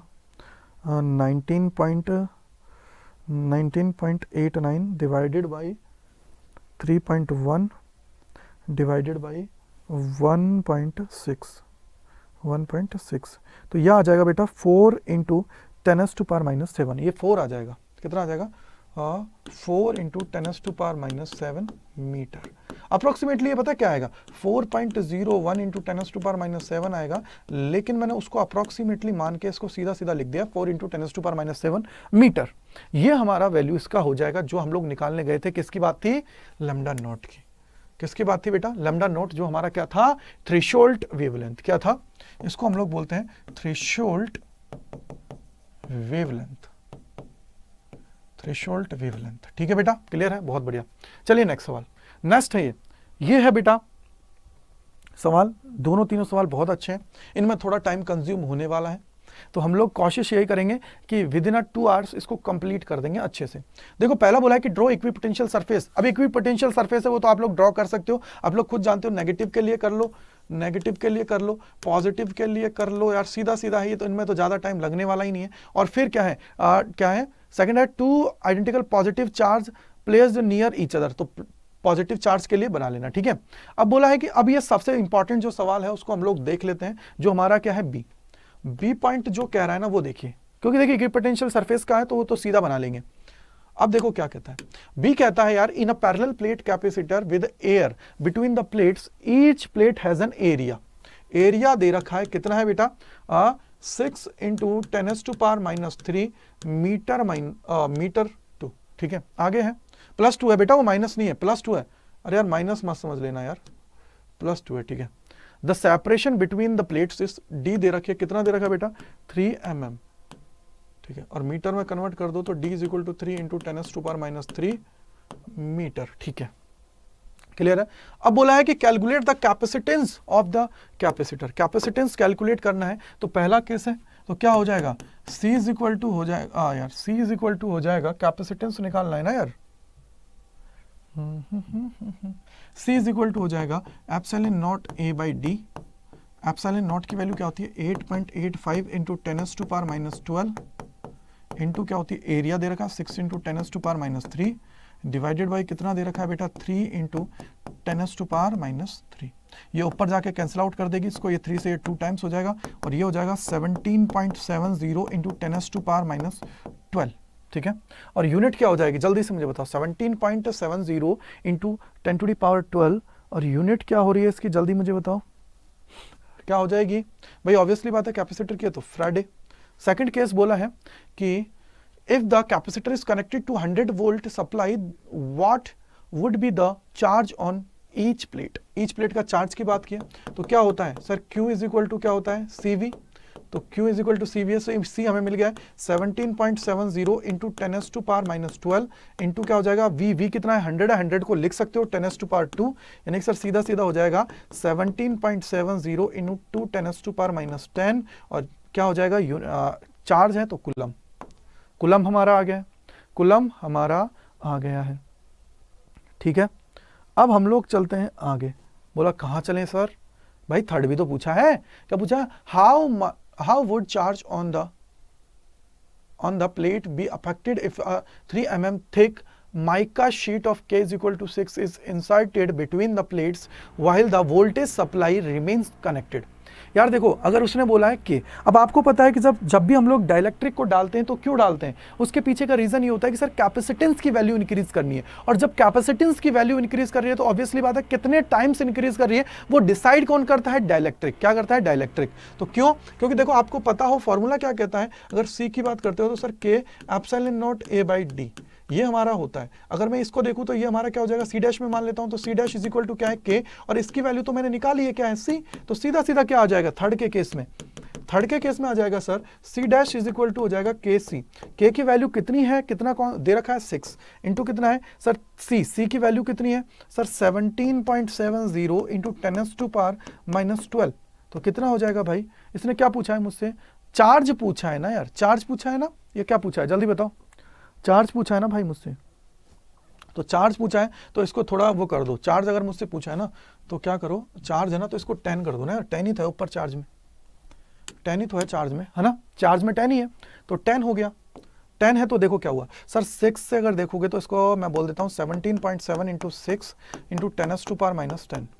देखो 6 सत्ते 42.4, 6 सत्ते 42 और 4 46 और कितना गया 46 यानी कि 4 6 4 10 ये आ गया, इंटू आ जाएगा 10⁻10 कितना हो जाएगा 1.062 इंटू 10⁻8 हो गया 10⁻8 और यूनिट क्या हो जाएगी सर, यूनिट क्या हो जाएगी, मुझसे पूछा क्या है, चार्ज पूछा है या पहले कैपेसिटेंस से निकाल लिया, C चार्ज ही पूछा ना तो Q डैश निकाल दो ना सीधे सीधे यार, Q डैश निकाल दो ना, इसको Q डैश बोल दीजिए, इसको Q डैश बोल दीजिए ना यार, सीधा सीधा Q डैश के रिस्पेक्ट में ले लीजिए, क्या हो जाएगा Q डैश और Q। ठीक है, तो ये हमारा क्या हो गया है कुलम।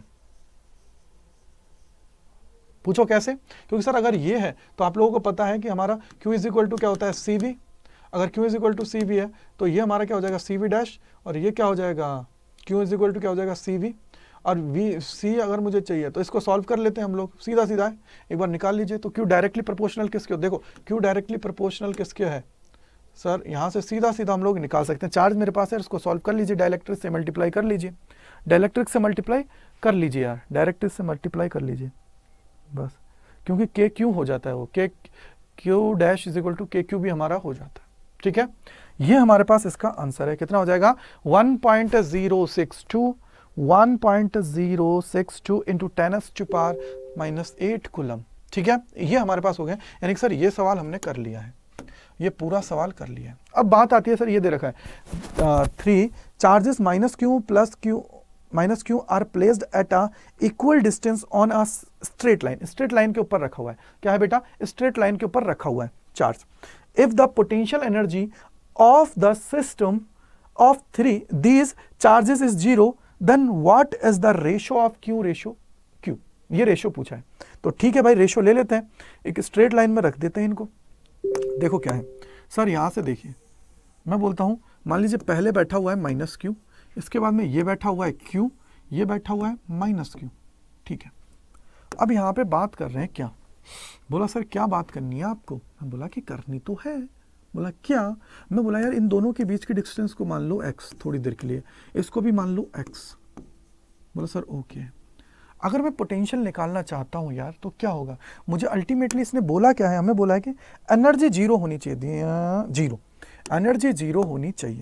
अगर एनर्जी जीरो है तो ऑब्वियसली बात है एनर्जी कितनी है, जीरो है। तो कितना सिस्टम, कितने कॉम्बिनेशन बनेंगे सर, ये बन जाएगा k minus Q plus Q divided by x plus दूसरा क्या है पोटेंशियल एनर्जी इन दोनों की वजह से, तो क्या हो जाएगा k, अरे यार माइनस क्यू है ये charge, minus Q Q x plus में कितना हो जाएगा सर, प्लस में हो जाएगा इन दोनों की वजह, सर माइनस माइनस प्लस हो जाएगा, यानी कि sir k Q Q divided by 2x। कैसे हो जाएगा बेटा, 2x कैसे हुआ, देखो यार ये x, इन दोनों को मैंने लिया है थर्ड टाइम में, इन दोनों के बीच की डिस्टेंस कितनी है, x 2x हो जाएगी, ठीक है। x कितनी है 2x। अब यहाँ से देखो क्या हुआ कि यार इनको देखोगे तो क्या हो जाएगा सर, ये हो जाएगा k, माइनस का k है, माइनस का k है, तो यानी कि मैं लिख सकता हूँ 2 times of k minus Q divided by x, और इसको उधर ले जाओ तो ये हो जाएगा माइनस का k Q divided by 2x। अब यार माइनस से माइनस कैंसिल आउट, क्या हो गया, इस 2 से ये 2 से क्या नहीं जाएगा ना भाई 2 से, तो इस k से ये कैंसिल आउट, इस q से ये q कैंसिल आउट, इस x से ये x कैंसिल आउट, यानी कि सर q बाई q लिखोगे तो ये हो जाएगा मेरे भाई 1/4, 1/4 कितना हो जाएगा, 1/4 हमारा हो जाएगा, q बाई q 1/4 हमारा हो गया है। अगर ये 1/4 हो गया है तो अब हमसे और क्या पूछा गया है इसके अंदर, सेकंड में पूछा है कि obtain the expression for the electric field intensity due to a uniform charge spherical shell of the radius r at the point distance r from the centre of the shell outside it. Outside point पर निकालना है, और आप लोगों ने applications पढ़ी है Gauss law की एप्लीकेशंस के अंदर जो हमारी शेल है उसका केस इन्होंने ले लिया है, जिसके अंदर आउटसाइड पे हमें पूछा है, क्या पूछा है बेटा, आउटसाइड के केस में पूछा है। तो ये हम लोग लिख लेते हैं, देखो यार आउटसाइड का केस है तो सेकंड में बी पॉइंट ले लेता हूं, आउटसाइड का केस है तो एक ये हो गया, एक ये हो गया। मान लीजिए मैं सीधा फटाफट से डायग्राम बना रहा हूं, तो देखिए यहां से मान लीजिए ये r, मैं बोल देता हूं ये कैपिटल R है, यहां से ये है स्मॉल r, इस पे एक पॉइंट है P, ठीक है। इस P पॉइंट की बात है तो इलेक्ट्रिक फील्ड भी सेम इसी डायरेक्शन में होगा, इसका क्या बोलते हैं परपेंडिकुलर, इसका एरिया वेक्टर जो होगा वो भी बाहर की तरफ ही होगा, तो ये केस है। इस केस में लेना, अब आपको पता है कि सर इससे रिलेटेड अगर मैं फ्लक्स की बात करता हूं तो क्या होती है, फ्लक्स क्या हो जाता है, अगर मैं फ्लक्स की बात करता हूं according to Gauss law, flux क्या होती है Q/ε0। और दूसरा इस डायग्राम से निकालोगे तो मैं मान लीजिए एक छोटा सा हिस्सा ये ले लेता हूं, अगर ये छोटा सा हिस्सा मैं लेता हूं तो बेटा मान लीजिए अगर ये छोटा सा हिस्सा ले रहा हूं तो दोनों हमारा ds और E दोनों एक ही डायरेक्शन में होंगे, दोनों एक ही डायरेक्शन में होंगे तो थीटा कितना हो जाएगा 0 degree, cos theta 0 degree, cos theta cos 0 degree कितना हो जाता है सर 1। क्लियर बात है, 1 हमारा हो जाता है। अगर 1 है तो इस केस में क्या बनता है सर, ये बन जाता है d phi is equal to EDS, phi इसका इंटीग्रेशन कर दो, फाई हमें मिल जाएगा, तो क्या हो जाता है A और ds। अब मेरे को बताओ ये ds इसका छोटे सा हिस्सा है, अगर मैं इसका इंटीग्रेशन कर रहा हूं तो कंप्लीट s आ जाएगा, और s क्या होता है सर एरिया, एरिया कितना हो जाएगा 4πr², बोला सर ओके है, तो E इंटू क्या हो जाएगा 4πr², बोला सर ओके है। क्लियर है सभी को, मैं देखो डायरेक्ट इसलिए करा रहा हूं क्योंकि इसमें टाइम आप लोगों का कंज्यूम ना हो, ये भी फ्लक्स है ये भी फ्लक्स है, तो दोनों को इक्वलेट कर दो, दोनों को इक्वलेट कर दो, तो E इंटू 4πr², और क्या हो जाएगा, मेरे को अगर E चाहिए तो क्या हो जाएगा सर Q अपॉन में 4πε0 और r², या इसी को लिख सकते हो 1/4πε0 और क्या हो जाएगा Q dot divided by r²। ये आप लोग लिख सकते हो, ठीक है बेटा, ये आप लोग लिख सकते हो। यहां से सीधा सीधा है, यानी कि सर E क्या है, इनवर्सली प्रोपोर्शनल है r² के, ठीक है बेटा। क्लियर है नहीं, जल्दी मुझे बताओ, आउटसाइड पॉइंट के लिए बोला है, आउटसाइड के लिए बोला है क्या है, E 1/4πε0 Q/r², ठीक है। अगर इसका मैं ग्राफ बनाता हूं, ग्राफ प्लॉट करना चाहते हैं तो ग्राफ प्लॉट कर लीजिए। ग्राफ क्या कहेगा, ग्राफ कहेगा बेटा इस तरीके से, यहाँ पे देखो हमेशा याद रखिए इस तरीके का एक स्पेयर बना ली करो, इससे क्या होगा कि ये सरफेस के ऊपर है, r = r, r r और r ग्रेटर देन r। तो यहाँ पे देखो अंदर तो कुछ नहीं होगा, इसमें नहीं होगा, तो यहाँ से ग्राफ जो बनेगा इधर से तो यूँ आके ये ग्राफ इनका बनेगा। ये किसके लिए है? E inversely proportional r square के। ठीक है बेटा, ये हमारा है। तो ये इसका ग्राफ हो गया। अब मुझे एक चीज़ बताओ और हम लोग देख लेते हैं नेक्स्ट क्वेश्चन क्या कहता है। ये हमने 31 क्वेश्चंस कर लिए हैं। ड्रॉ द ग्राफ, मैंने ग्राफ बना दिया है। ठीक है बेटा, अब नेक्स्ट क्वेश्चन पे चलते हैं। ये हो गया यहाँ का। नेक्स्ट क्वेश्चन है ये। अब देखो यार, ये सिंपल है। देखो इसने क्या बोला है कि explain the term drift velocity of the electrons in the conductor, hence obtain the expression for the current through a conductor in the term of drift velocity. अब कंडक्टर के अंदर जो करंट होता है वो तो सीधा सीधा पता है कि sir I is equal to NEAVD होता है। I इज इक्वल टू क्या होता है सर? NEAVD। बेटा इस चैनल के ऊपर मेरा वन शॉट्स पड़े हुए हैं जिनके अंदर मैंने पूरा का पूरा आप लोगों को एक्सप्रेशन ड्राइव करा रखा है सीधा का सीधा, जिससे आप लोगों को क्या है ज़्यादा टाइम नहीं लगेगा, क्योंकि अब आप टाइम लगाओगे तो इन चीज़ों के लिए कोई मतलब नहीं है। ठीक है, अब यहाँ पे देखो two cells of the EMF E1 E2 are internally R1 R2 R2, ये सारी चीजें हैं। ये क्या दे रखा है? Parallel combination. देखो आप लोगों के सीरीज कॉम्बिनेशन ऑफ सेल दे रखा है, पैरेलल कॉम्बिनेशन ऑफ सेल है। मिक्स सेल का आपका कोई कॉन्सेप्ट नहीं है, तो आप लोगों को ये पैरेलल प्लेट का दे रखा है, पैरेलल सेल का दे रखा है। तो सीधा सीधा आप लोग इसको निकाल पाओगे। इक्वेशन क्या कहती है, मैं आपको इक्वेशन बता रहा हूं, बाकी आप लोग इसके अंदर टर्म लगा सकते हो। E इज इक्वल टू क्या होता है सर? V प्लस IR होता है। ठीक है, अगर IR निकालना है तो क्या हो जाएगा? E माइनस V होता है। R is equal to R नहीं, मेरे को निकालना है, मान लीजिए I निकालना है। अगर मुझे I निकालना है तो क्या हो जाएगा? E minus V by R। अब मेरे को एक चीज बताओगे, यहाँ से आप लोग खुद देखोगे तो आपको पता है कि सर यहाँ पे अगर ये पैरेलल कॉम्बिनेशन तो करंट क्या होता है? डिवाइड होता है। करंट अगर डिवाइड होगा तो यहाँ मान लीजिए इस तरफ से I1 आ रहा है, इस तरफ से I2 आ रहा है। ठीक है, तो I1 के केस में ये क्या बन जाएगा? I1 के केस में हो जाएगा E1 माइनस V और क्या हो जाएगा? R1। और I2 के केस में क्या हो जाएगा सर? ये हो जाएगा E2 minus V divided by R2। और इनको सॉल्व कर लो, क्योंकि करंट आपको यहाँ पे मिल रहा है, तो I इज इक्वल टू क्या हो जाता है? I1 प्लस I2 हो जाता है। इनको सॉल्व कर लो और आप लोग फिर क्या करोगे? स्टैंडर्ड इक्वेशन जो हमारी होती है जिसके अंदर हम लोग कंपैरिजन करते हैं, वो कंपैरिजन करो और इनको इक्वल करके सॉल्व कर दो। ठीक है, आगे देखा state two Kirchhoff's laws used in the analysis of the electric circuit and explain them. अब आपको पता है कि सर अगर मैं किरचॉफ लॉ की बात करता हूं तो दोनों में से दोनों लॉ क्या होता है? एक होता है KCL, एक होता है KVL। एक हमारा क्या होता है? KCL होता है किरचॉफ करंट लॉ, एक होता है Kirchhoff voltage law. Current law क्या कहता है कि सर किसी भी जंक्शन की मैं बात करता हूं या किसी भी ऐसा पॉइंट जहां पे हमारा इनकमिंग करंट जो है वो आउटगोइंग करंट के इक्वल होता है उस पॉइंट पे, यानी कि नेट करंट क्या होता है? उस पॉइंट के ऊपर जीरो होता है। सेकंड केस है KVL, यानी कि सर एल्जेब्रिक सम जो वोल्टेजेस का है वो इक्वल्स टू किसका होता है? जीरो होता है। आगे बोला है drive the equation for the balance state in a Wheatstone bridge using the Kirchhoff law. यार बैलेंस है, किसका है? व्हीटस्टोन की बात है ना, व्हीटस्टोन की बात है। सीधा सीधा निकाल लो बैलेंस इक्वेशन। एक तो मीटर ब्रिज होती है, एक व्हीटस्टोन ब्रिज होता है। तो क्या होती है sir? P by q is equal to R by s. इसको निकाल लो किरचॉफ लॉ की हेल्प से सीधा सीधा, या फिर P बाई R लिख लो इसको, Q बाई एस, दोनों का मतलब एक है। ये आप लोगों को क्या करना है? इससे ड्राइव करनी है, किरचॉफ लॉ लगा के करनी है। सर्किट्स डायरेक्ट सॉल्व नहीं करना है, किरचॉफ लॉ लगा के आप लोगों को सर्किट्स को सॉल्व करना है। ठीक है, तो ये आप लोगों के 31st क्वेश्चन है वो दे रखा है। 32 33 पे आते हैं।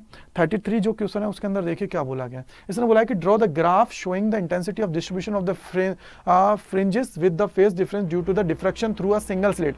What is the width of the central maxima in the comparison to the secondary maxima. अब आपको पता है डिफ्रैक्शन का केस है, किसकी बात है बेटा?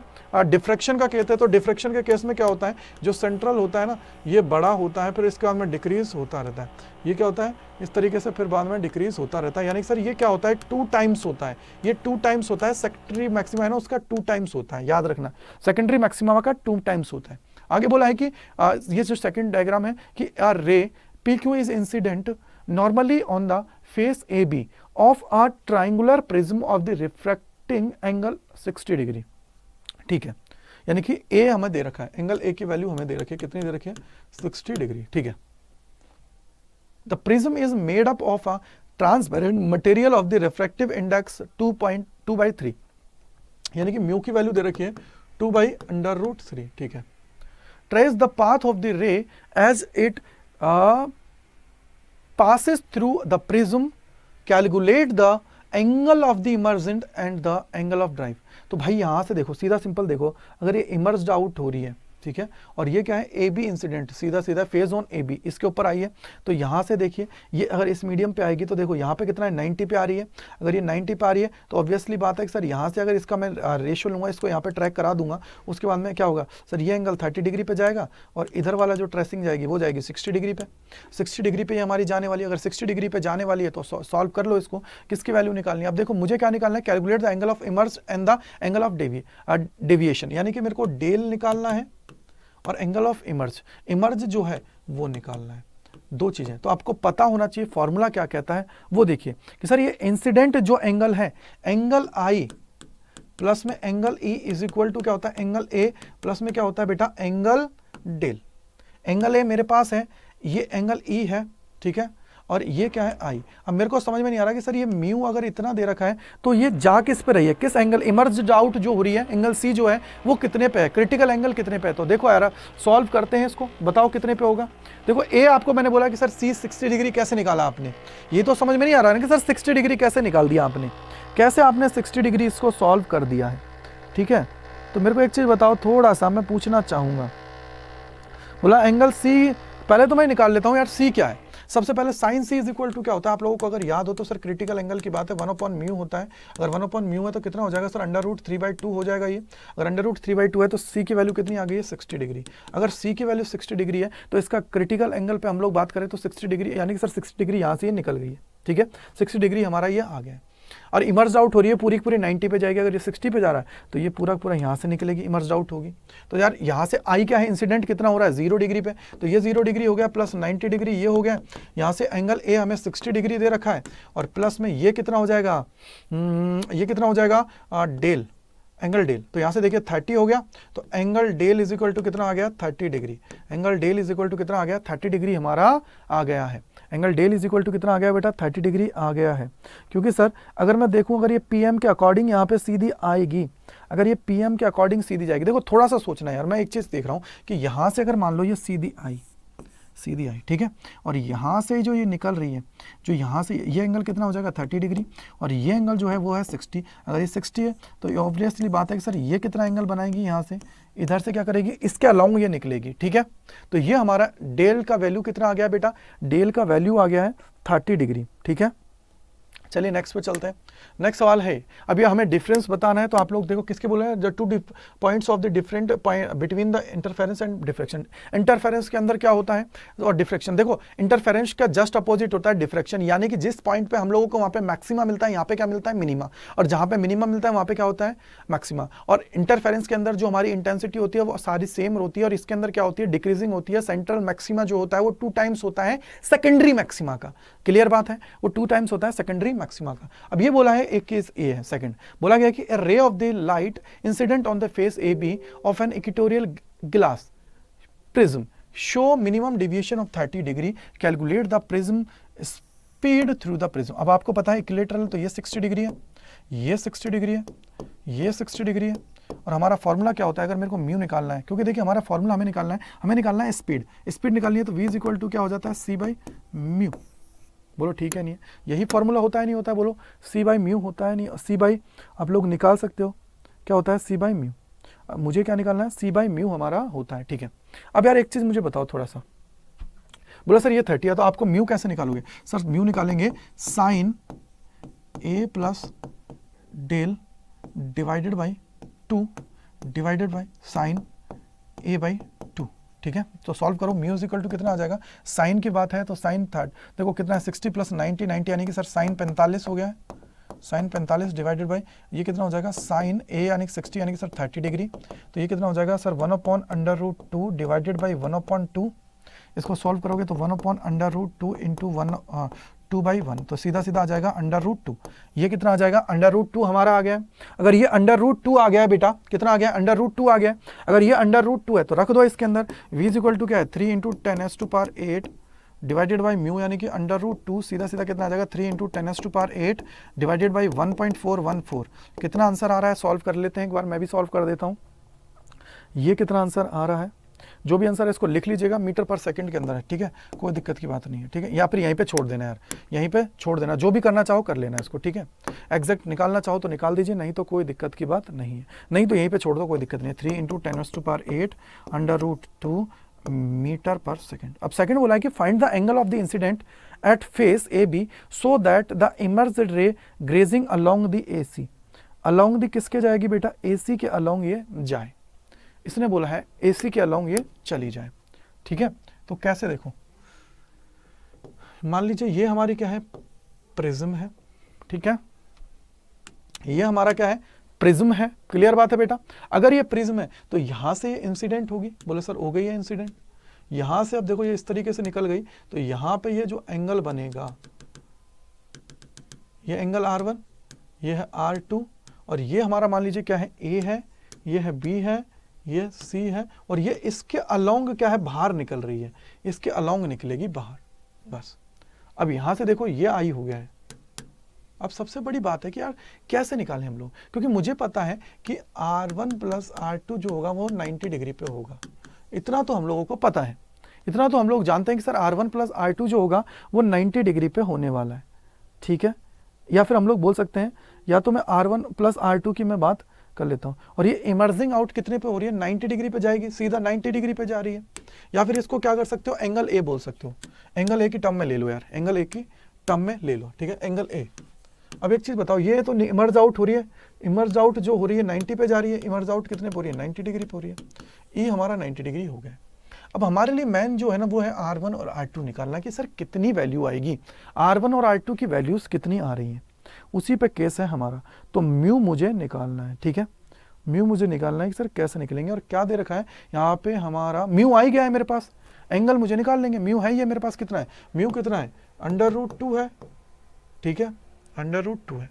तो साइन C = कितना आ जाएगा, ये हो जाएगा 1/μ, यानी कि C = हाँ साइन इनवर्स 1/μ, या सीधा सीधा बोल सकते हो सर साइन इनवर्स 1/√2, 1/√2 हो गया है, बोलो हुआ है नहीं हुआ, 1/√2 हो गया है साइन इनवर्स के केस में। तो ये कितने आ जाएगा, 45 डिग्री आ जाएगा, कितना आ जाएगा बेटा, 45 डिग्री आ जाएगा, ये कितना आ जाएगा, 45 डिग्री आ जाएगा। अगर ये 45 डिग्री है तो C का केस आ गया 45, C बोल दीजिए, या फिर इसको बोल दीजिए, क्या बोलोगे, C नहीं बोलोगे, क्रिटिकल एंगल नहीं बोलोगे, R2 बोल देते हैं इसको, क्या बोल देते हैं, ये R2 हमारा हो जाएगा ना भाई, क्रिटिकल एंगल थोड़ी बोलूंगा इसको, मैं बोल दूंगा R2 के केस ले लूंगा, R2 बोल दूंगा ना भाई, क्रिटिकल एंगल जो है वो हमारे किसका काम कर रहा है, R2 का काम कर रहा है, तो यहां से R2 निकाल लीजिए, ये हो जाएगा R2, ये हो जाएगा R2। अब देखो आपको पता है कि सर R1 + R2 = कितना है, A, तो R1 = क्या हो जाएगा, A - R2, और A हमारा कितना है, देखो 60 डिग्री है, A हमारा 60 डिग्री है, माइनस हो जाएगा 45, कितना हो जाएगा बेटा, ये हो जाएगा 15 डिग्री पे, 15 डिग्री हो गई है R1, R1 हमारा कितना हो गया, 15 डिग्री, R1 हमारा हो गया है 15 डिग्री, R1 निकाल लिया है, R2 निकाल लिया। अब क्या निकालना है, क्योंकि म्यू = क्या है सर, साइन के केस हमारे आएंगे, म्यू = क्या हो जाएगा सर, म्यू = हमें निकालना है, और म्यू = क्या हो जाएगा, देखो अगर मैं स्नेल्स लॉ इस पोजीशन पे लगाता हूं, क्योंकि मुझे पूछा क्या गया है, मुझे पूछा गया find the angle of incident, incident angle की बात है, तो म्यू = क्या आ जाएगा sir, sine I by sine R1, और साइन I = कितना, साइन I = कितना हो जाएगा मेरे भाई, ये हो जाएगा सर 15 डिग्री है, और म्यू कितना है, √2 × साइन 15 डिग्री, बस। अब इसको सॉल्व कर ले, कितना हो जाएगा, साइन 45 और साइन √2 है, √2 साइन 45 और इनवर्स ले लो तो अराउंड 21 के अराउंड चला जाएगा, ये इनवर्स ले लो, I = हो जाएगा साइन इनवर्स √2 साइन 15 डिग्री, तो ये √21 पॉइंट समथिंग जाएगा डिग्री, ठीक है, समथिंग जाएगा 21 पॉइंट समथिंग डिग्री पे जाएगा, तो मान लीजिए 5 में मान लेता हूँ, 21.5 अराउंड जा रहा है, ठीक है, इसको सॉल्व कर लीजिए, 21.5 डिग्री के अराउंड है, ठीक है, अराउंड है, एग्जैक्ट आप लोग देख लीजिएगा कैलकुलेट करके, क्योंकि मैं तो यहीं पे कैलकुलेट किया है, तो 20.5 के अराउंड ये हमारा आ गया, तो ठीक है, ये हमारा हो गया है इस तरीके से सॉल्व सारा। चलिए नेक्स्ट सवाल पे चलते हैं।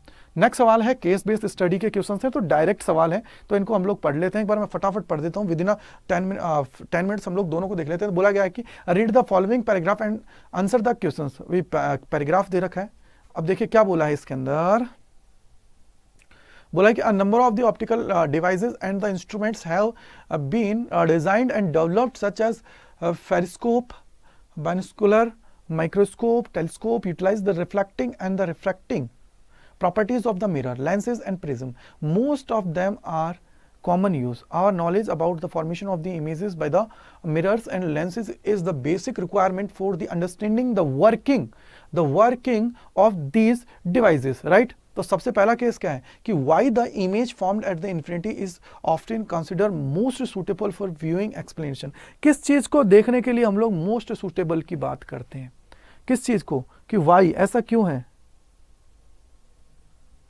क्योंकि अगर इन्फिनिटी पे होगी ना यार तो हमारी जो स्ट्रेन है ना, हमारे मसल से उसको स्ट्रेन क्या होगा, थोड़ा कम होगा, मिनिमम स्ट्रेन होगा, मिनिमम स्ट्रेन।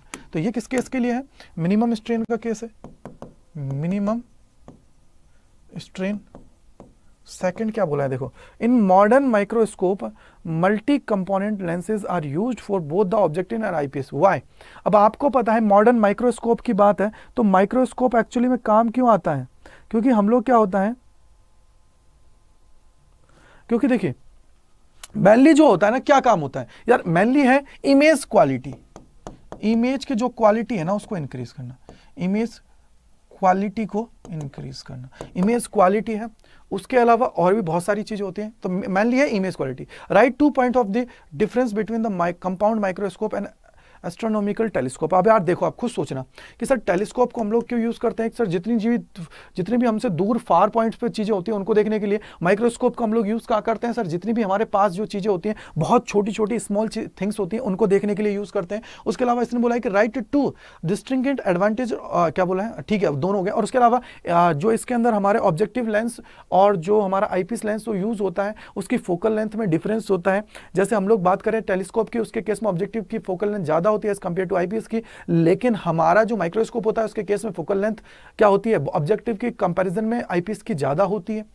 और हमसे बोला है कि right two distinct advantage of the reflecting type telescope over a refracting type telescope. तो भाई इसके लिए मेन काम क्या है सर, इमेज की क्वालिटी, इमेज को बहुत अच्छे से देखने के लिए हम लोग इसको यूज करते हैं। इसके लिए हम लोग क्या करते हैं, यूज हम लोग इसको करते हैं, मेन तो यही एडवांटेज है इसके लिए। और मैग्नीफाइड देखने के लिए, मैग्नीफाइड और क्वालिटी को इंप्रूव करने के लिए हम लोग इसको देखते हैं।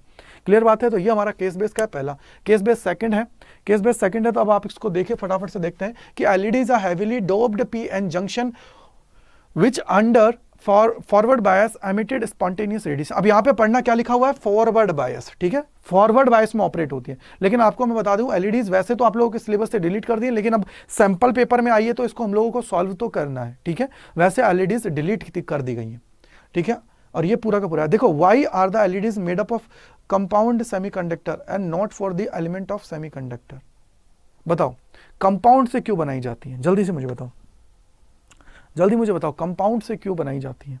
तो बेटा कंपाउंड से बनाने का रीजन क्या है, क्योंकि देखो अब आप एक चीज मुझे बताना, सेमीकंडक्टर कंपाउंड से क्यों होती है एलिमेंट। अरे यार सेमी नहीं है, ये कंडक्टर्स एलिमेंट है, ये टाइपिंग मिस्टेक है। देखो क्या होता है यार, देखो एलईडीज आप लोगों को पता है किससे यूज होती है सर, हम लोग यूज करते हैं सेमीकंडक्टर्स को। कंडक्टर्स को हम लोग यूज नहीं करते हैं इसके अंदर, क्योंकि कॉस्टिंग का है और बैंड गैप का अंतर हमारा इसके अंदर आता है, ठीक है। बैंड गैप के लिए हम लोग देखो, अगर मैं इसके सिर्फ सेमीकंडक्टर्स की बात करता, देखो दो चीजें, एक तो है सेमीकंडक्टर, एक है कंपाउंड सेमीकंडक्टर। देखो एक सेमीकंडक्टर होता है तो उस केस में अगर मैं इंप्योरिटीज उसके अंदर एड ऑन कर देता हूं तो उस केस में मेरा क्या होता है बेटा, इंप्योरिटी एड ऑन करने से उसकी कंडक्टिविटी इंक्रीज करती है, रेजिस्टिविटी क्या करती है, डिक्रीज करती है, क्योंकि टेंपरेचर इंक्रीज होता है।